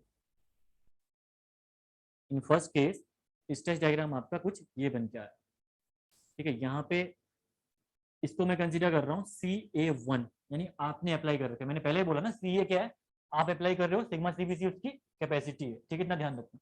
और यहाँ पे क्या हो जाएगा, TA आप अप्लाई कर रहे हो डिवाइडेड बाई M, TA1/M हो जाएगा, ठीक है। देन उसके बाद अगेन आपने क्या करा, इसको लोड किया या मोमेंट बढ़ाया आपने। अब की बार जो स्ट्रेस डायग्राम बन के आया आपका, वो बन के आया आपका ये स्ट्रेस डायग्राम, जहां पे हो जाएगा आपका ये स्ट्रेस डायग्राम, ठीक है, जहां पे दिस इज CA2, और यहाँ पे क्या हो जाएगा TA2 upon M, TA2 upon M, इस केस में आपका हो गया सेकेंड केस में, ठीक है। सेकेंड केस में आपका ये हो गया। देन उसके बाद फर्दर जब आपने इसमें अगेन जब लोड को इंक्रीज करा, दिस इज सिग्मा सीबीसी, जब आपने फर्दर लोड को इंक्रीज करा या फर्दर मूवमेंट को जब आपने इसमें इंक्रीज किया, तो अब कंडीशन देखिए कुछ ऐसी बन के आ गई, न्यूट्रल एक्सिस चेंज नहीं होगी, दिस इज CA3, और ये कहाँ पहुंच गया आपका सिग्मा ST/M पे। तो यहाँ पे आपने देखा होगा जैसे जैसे फर्दर आप मोमेंट को इंक्रीज करते जा रहे हो, स्टील में स्ट्रेसेस आपके परमिसिबल लिमिट के पास पहुंच गए हैं, ठीक है। अंडर रेनफोर्स सेक्शन कौन सा सेक्शन होता है, इसका मतलब जहां पे आपकी स्टील पहले फेल होगी as compare to the concrete. Concrete में देखिए अभी भी आप इतना बढ़ा सकते हो, स्टील में आपने फर्दर इंक्रीज किया तो यहाँ पे फेलियर अकर कर जाएगा, ठीक है। तो अंडर रेनफोर्स सेक्शन आपका ऐसा सेक्शन होता है जिसमें आपकी स्टील फेल होती है, कंक्रीट आपकी परमिसिबल लिमिट से अभी भी काफी कम लोडेड होगी, ठीक है ना। इसको हम लोग बोलते हैं अंडर रेनफोर्स सेक्शन। देन उसके बाद अब ये अंडर रेनफोर्स सेक्शन हमारा हमेशा प्रिफरेबल रहता है। अगर हम कहीं पे अगर प्रीफर करेंगे फेलियर कैसा हो तो होगा आपका अंडर रेनफोर्स सेक्शन वाला फेलियर हम प्रीफर करते हैं। क्यों? क्यों? यस, वेरी गुड, क्योंकि यहाँ पे आपकी डक्टिलिटी क्राइटेरिया आप यहाँ पे कंसिडर हो जाता है, ठीक है। स्टील क्या है? स्टील एक डक्टाइल मटेरियल है, यानी डक्टाइल मटेरियल में फेलियर कैसे करता है? ग्रेजुअल फेलियर होगा ना, एकदम सडन फेलियर नहीं करेगा। सडन फेलियर कहाँ कर करता है? ब्रिटल मटेरियल में होता नहीं होता है।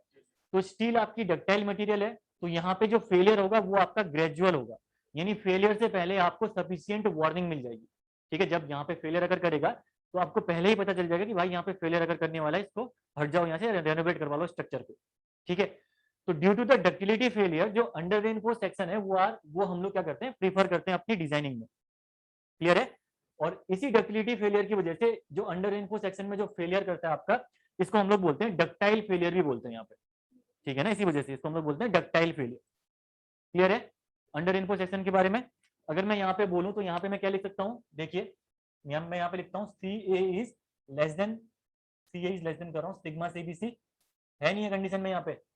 और यहाँ पे sigma S T upon M, sigma S T upon M is less than, sorry, equal to या ग्रेटर देन इक्वल टू कर दो, क्या, सॉरी क्या कर रहा हूं मैं, इसको करिए आप T A is greater than equal to sigma S T, M M cancel हो जाएगा यहाँ पे, ठीक है ना। इस केस में आपका एट मोमेंट ऑफ रेजिस्टेंस, जब आपका मोमेंट मैक्सिमम होगा तो उस केस में कंक्रीट तो और स्ट्रेसेस ले सकती है, लेकिन स्टील अब आपकी फेल हो जाएगी उस केस में, ठीक है। तो in case of the under reinforce section c a is less than sigma c b c और t A is greater than equal to sigma S t, ठीक है। ये कंडीशन आपको ध्यान रखनी है अपने न्यूमेरिकल एनालिसिस के लिए, काफी इंपॉर्टेंट कंडीशन है ये वाली कंडीशन, ये न्यूमेरिकल इसके बिना बनेगा नहीं आपका। तो अंडर रेनफो सेक्शन आपका ध्यान में आते ही, ठीक है, जब आपका अंडर रेनफो सेक्शन कहीं पे दिख गया तभी आपको पता होना चाहिए कि c is less than sigma सीबीसी, t is greater than equal to sigma S t. करिए इसको, फिर लिखिए इसके बारे में।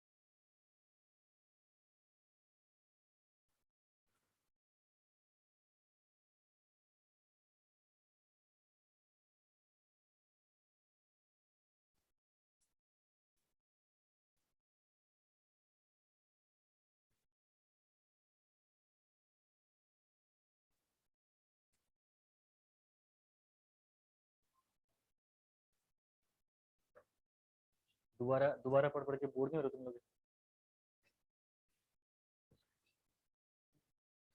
पहली बार में मतलब अच्छा अब समझ में आ रहा होगा पूरा दोबारा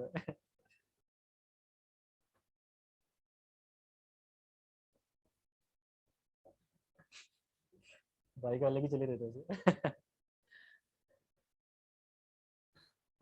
लिखिए इसके बारे में क्लास में, लिखिए इसके बारे में।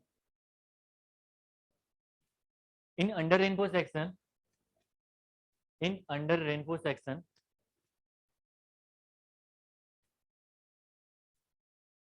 steel gets its maximum permissible stress, steel gets its maximum permissible stress, steel gets its maximum permissible stress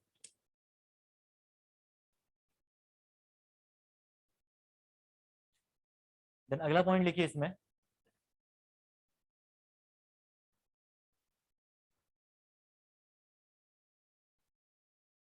if the moment is if the moment is if the moment is further increased if the moment is further increased after moment of resistance, after moment of resistance, ये condition है आपकी eight MoR, ठीक है ना, eight moment of resistance में ये condition बन रही। मैं बोल रहा हूँ अगर एट एमओआर के बाद अगर आप फर्दर मोमेंट को क्या करोगे, इंक्रीज करोगे, तो लिखिए, हाँ ये एट एमओआर कंडीशन है, T A equal to sigma S t, हाँ कर लो, t A equal to sigma S t कर लो, कोई दिक्कत नहीं है, ये लो t A equal to sigma S t, just कोई प्रॉब्लम नहीं है इसमें, ग्रेटर देन इक्वल टू कर रखा है वो भी ठीक है, लेकिन यहाँ पे कंडीशन जस्ट लिखी थी मैंने वो, ठीक है ना, आप इक्वल टू कर दो कोई प्रॉब्लम नहीं है। हाँ एट एमओआर पे ऑब्वियसली बात इक्वल ही होगा, तो आप कर सकते हो उसको, इक्वल भी कर सकते हो, ठीक है। एट एमओआर पे आपकी कंडीशन हो जाएगी t A equal to sigma h t, ठीक है। देन क्या लिखा आपने, if the moment is further increase after MOR to failure moment, to failure moment, to failure moment, comma करके लिखिए, steel fails first, steel fails first, then लिखिए in such type of sections, steel fails first लिखिए, उसके बाद full stop करके लिखना, in such type of sections, in such type of sections steel is the ductile material, steel is the ductile material, so such failure is called, so such failure is called ductile failure, so such failure is called ductile failure,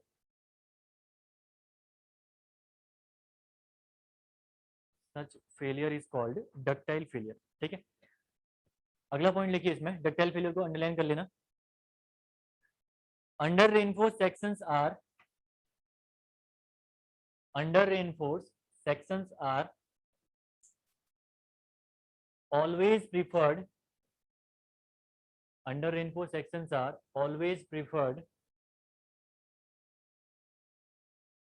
due to ductile failure, due to ductile failure,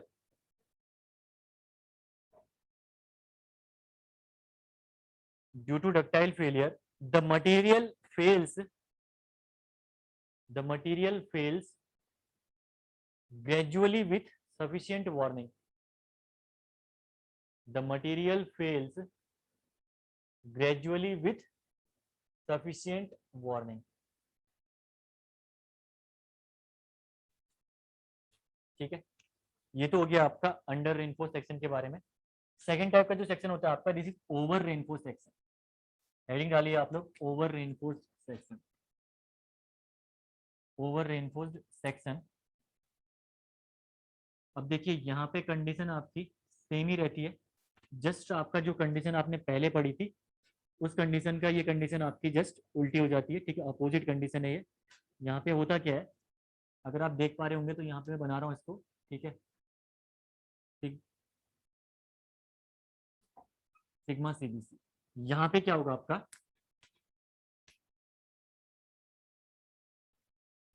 यहाँ पे पहले case में आपका CA1, जब आपने पहले आपने movement increase किया तो CA1 और TA1/m ये आपका कर्व बन के आया, सेकेंड केस का कर्व ये।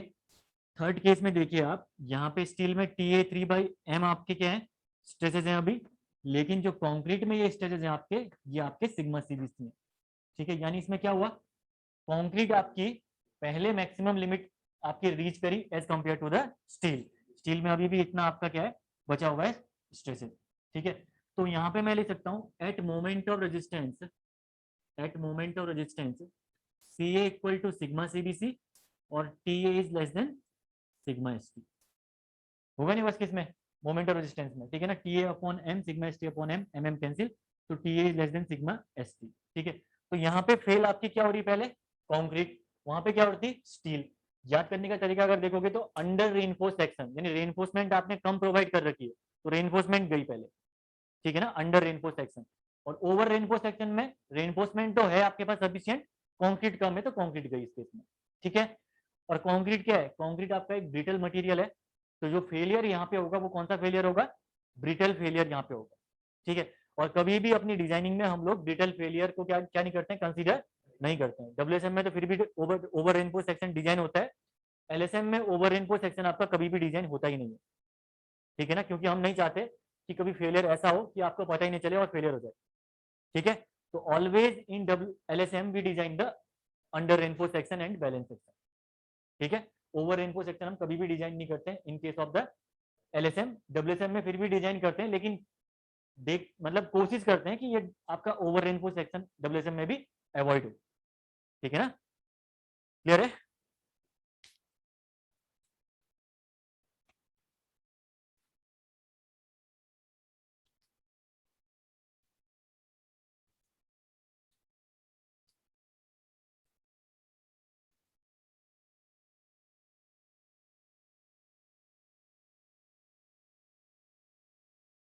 देन इसके बारे में बन गया तो लिखिए, एक बार बना लीजिए इसको, बन गया तो फिर लिखिए।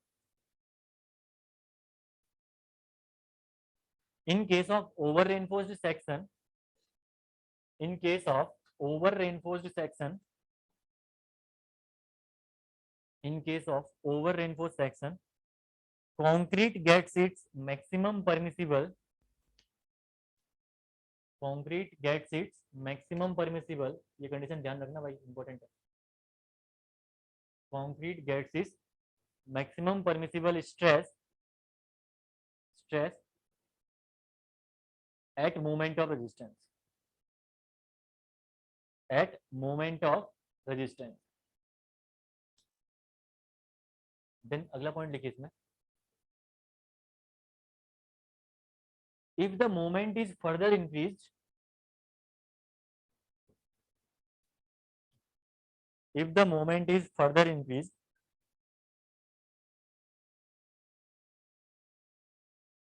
if the moment is further increased to failure moment, if the moment is further increased to failure moment, concrete will fail, concrete will fail, and concrete failure is brittle, concrete failure is brittle, that's why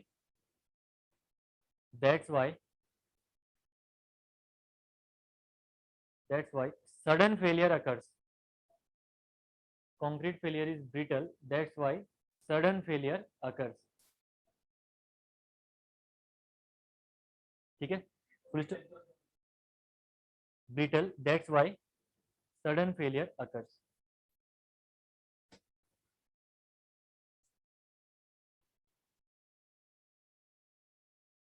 then full stop करके लिखना है इसके आगे, these sections are always avoided,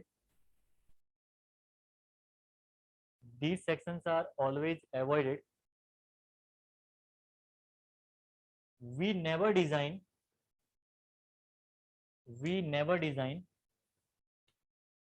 a over reinforced section. We never design a over reinforced section. ठीक है, last section है आपका, that is balance section. Last section है आपका, इसको हम लोग बोलते हैं बैलेंस्ड सेक्शन. कॉमा करना, क्रिटिकल सेक्शन भी इसी को बोलते हैं, और इकोनॉमिकल सेक्शन भी बोलते हैं. इकोनॉमिकल सेक्शन भी इसको हम लोग बोलते हैं. एग्जाम में इन तीनों पे क्वेश्चन पूछा है एक बार, ठीक है. ध्यान रखना, बैलेंस सेक्शन, क्रिटिकल सेक्शन या इकोनॉमिकल सेक्शन एक ही नाम है, ठीक है.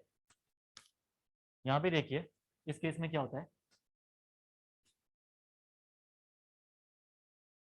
सेम है यहाँ पे केस, ठीक है. बस यहाँ पे चेंजेस सिर्फ और सिर्फ इतना आएगा कि sigma S T upon M हो जाएगा, कि ये 3/m वाली जगह पे, ठीक है. हुआ क्या यहाँ पे देखिए, इस केस में क्या हुआ, जब आपने दो दो कर्व के बाद जब आपने फर्दर मोमेंट को इंक्रीज करा, तो उस केस में आपकी स्टील और कंक्रीट साइमल्टेनियसली अपनी मैक्सिमम लिमिट में पहुंच गए इस केस में, ठीक है. तो यहाँ पे फेलियर कैसे होगा, स्टील और कंक्रीट का साइमल्टेनियस फेलियर होगा जब आप फर्दर मोमेंट को इंक्रीज करोगे, ठीक है.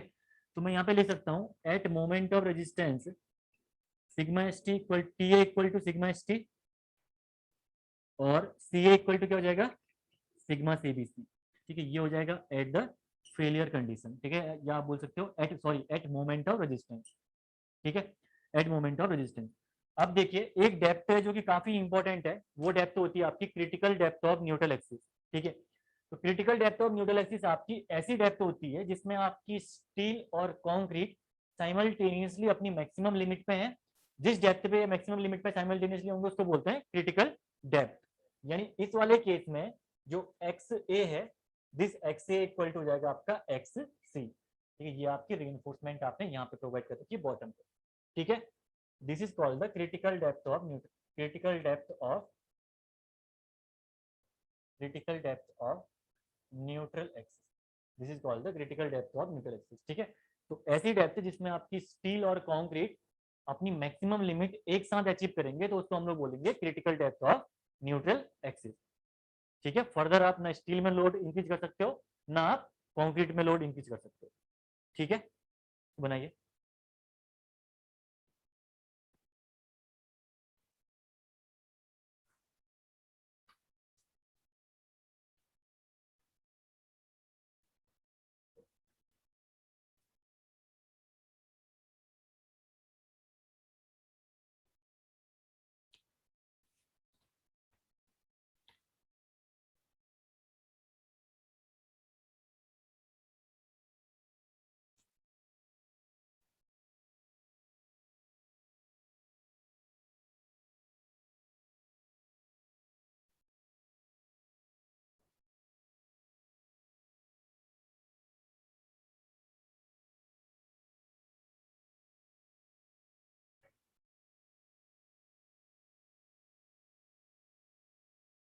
अभी तो एक दो बच्चे शायद नए वाले आज नहीं आ रखे हैं, वो आएंगे कल से, फिर और यहाँ पे कंजेस्टेड हो जाएगा. हाँ हाँ, देखते हैं, शायद फिर वहीं करना पड़ेगा, फिर जो भी एक दो स्टूडेंट नहीं आ रहे हैं जितना मुझे दिख रहा है, यहाँ पे एक दो स्टूडेंट नहीं आ रहे हैं. हाँ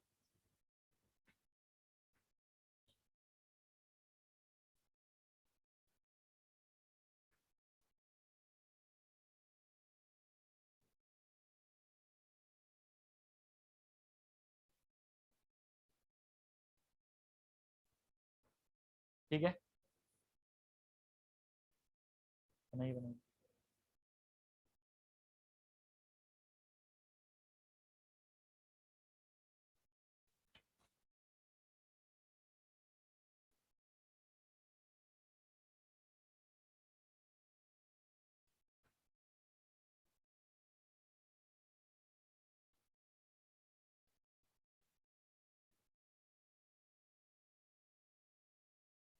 फाइनली आप लिखिए इसके बारे में, critical depth of neutral axis के बारे में लिखिए।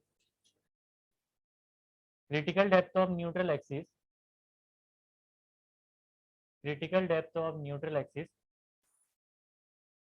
critical depth of neutral axis is the axis, critical depth of neutral axis is the axis at which stresses in tension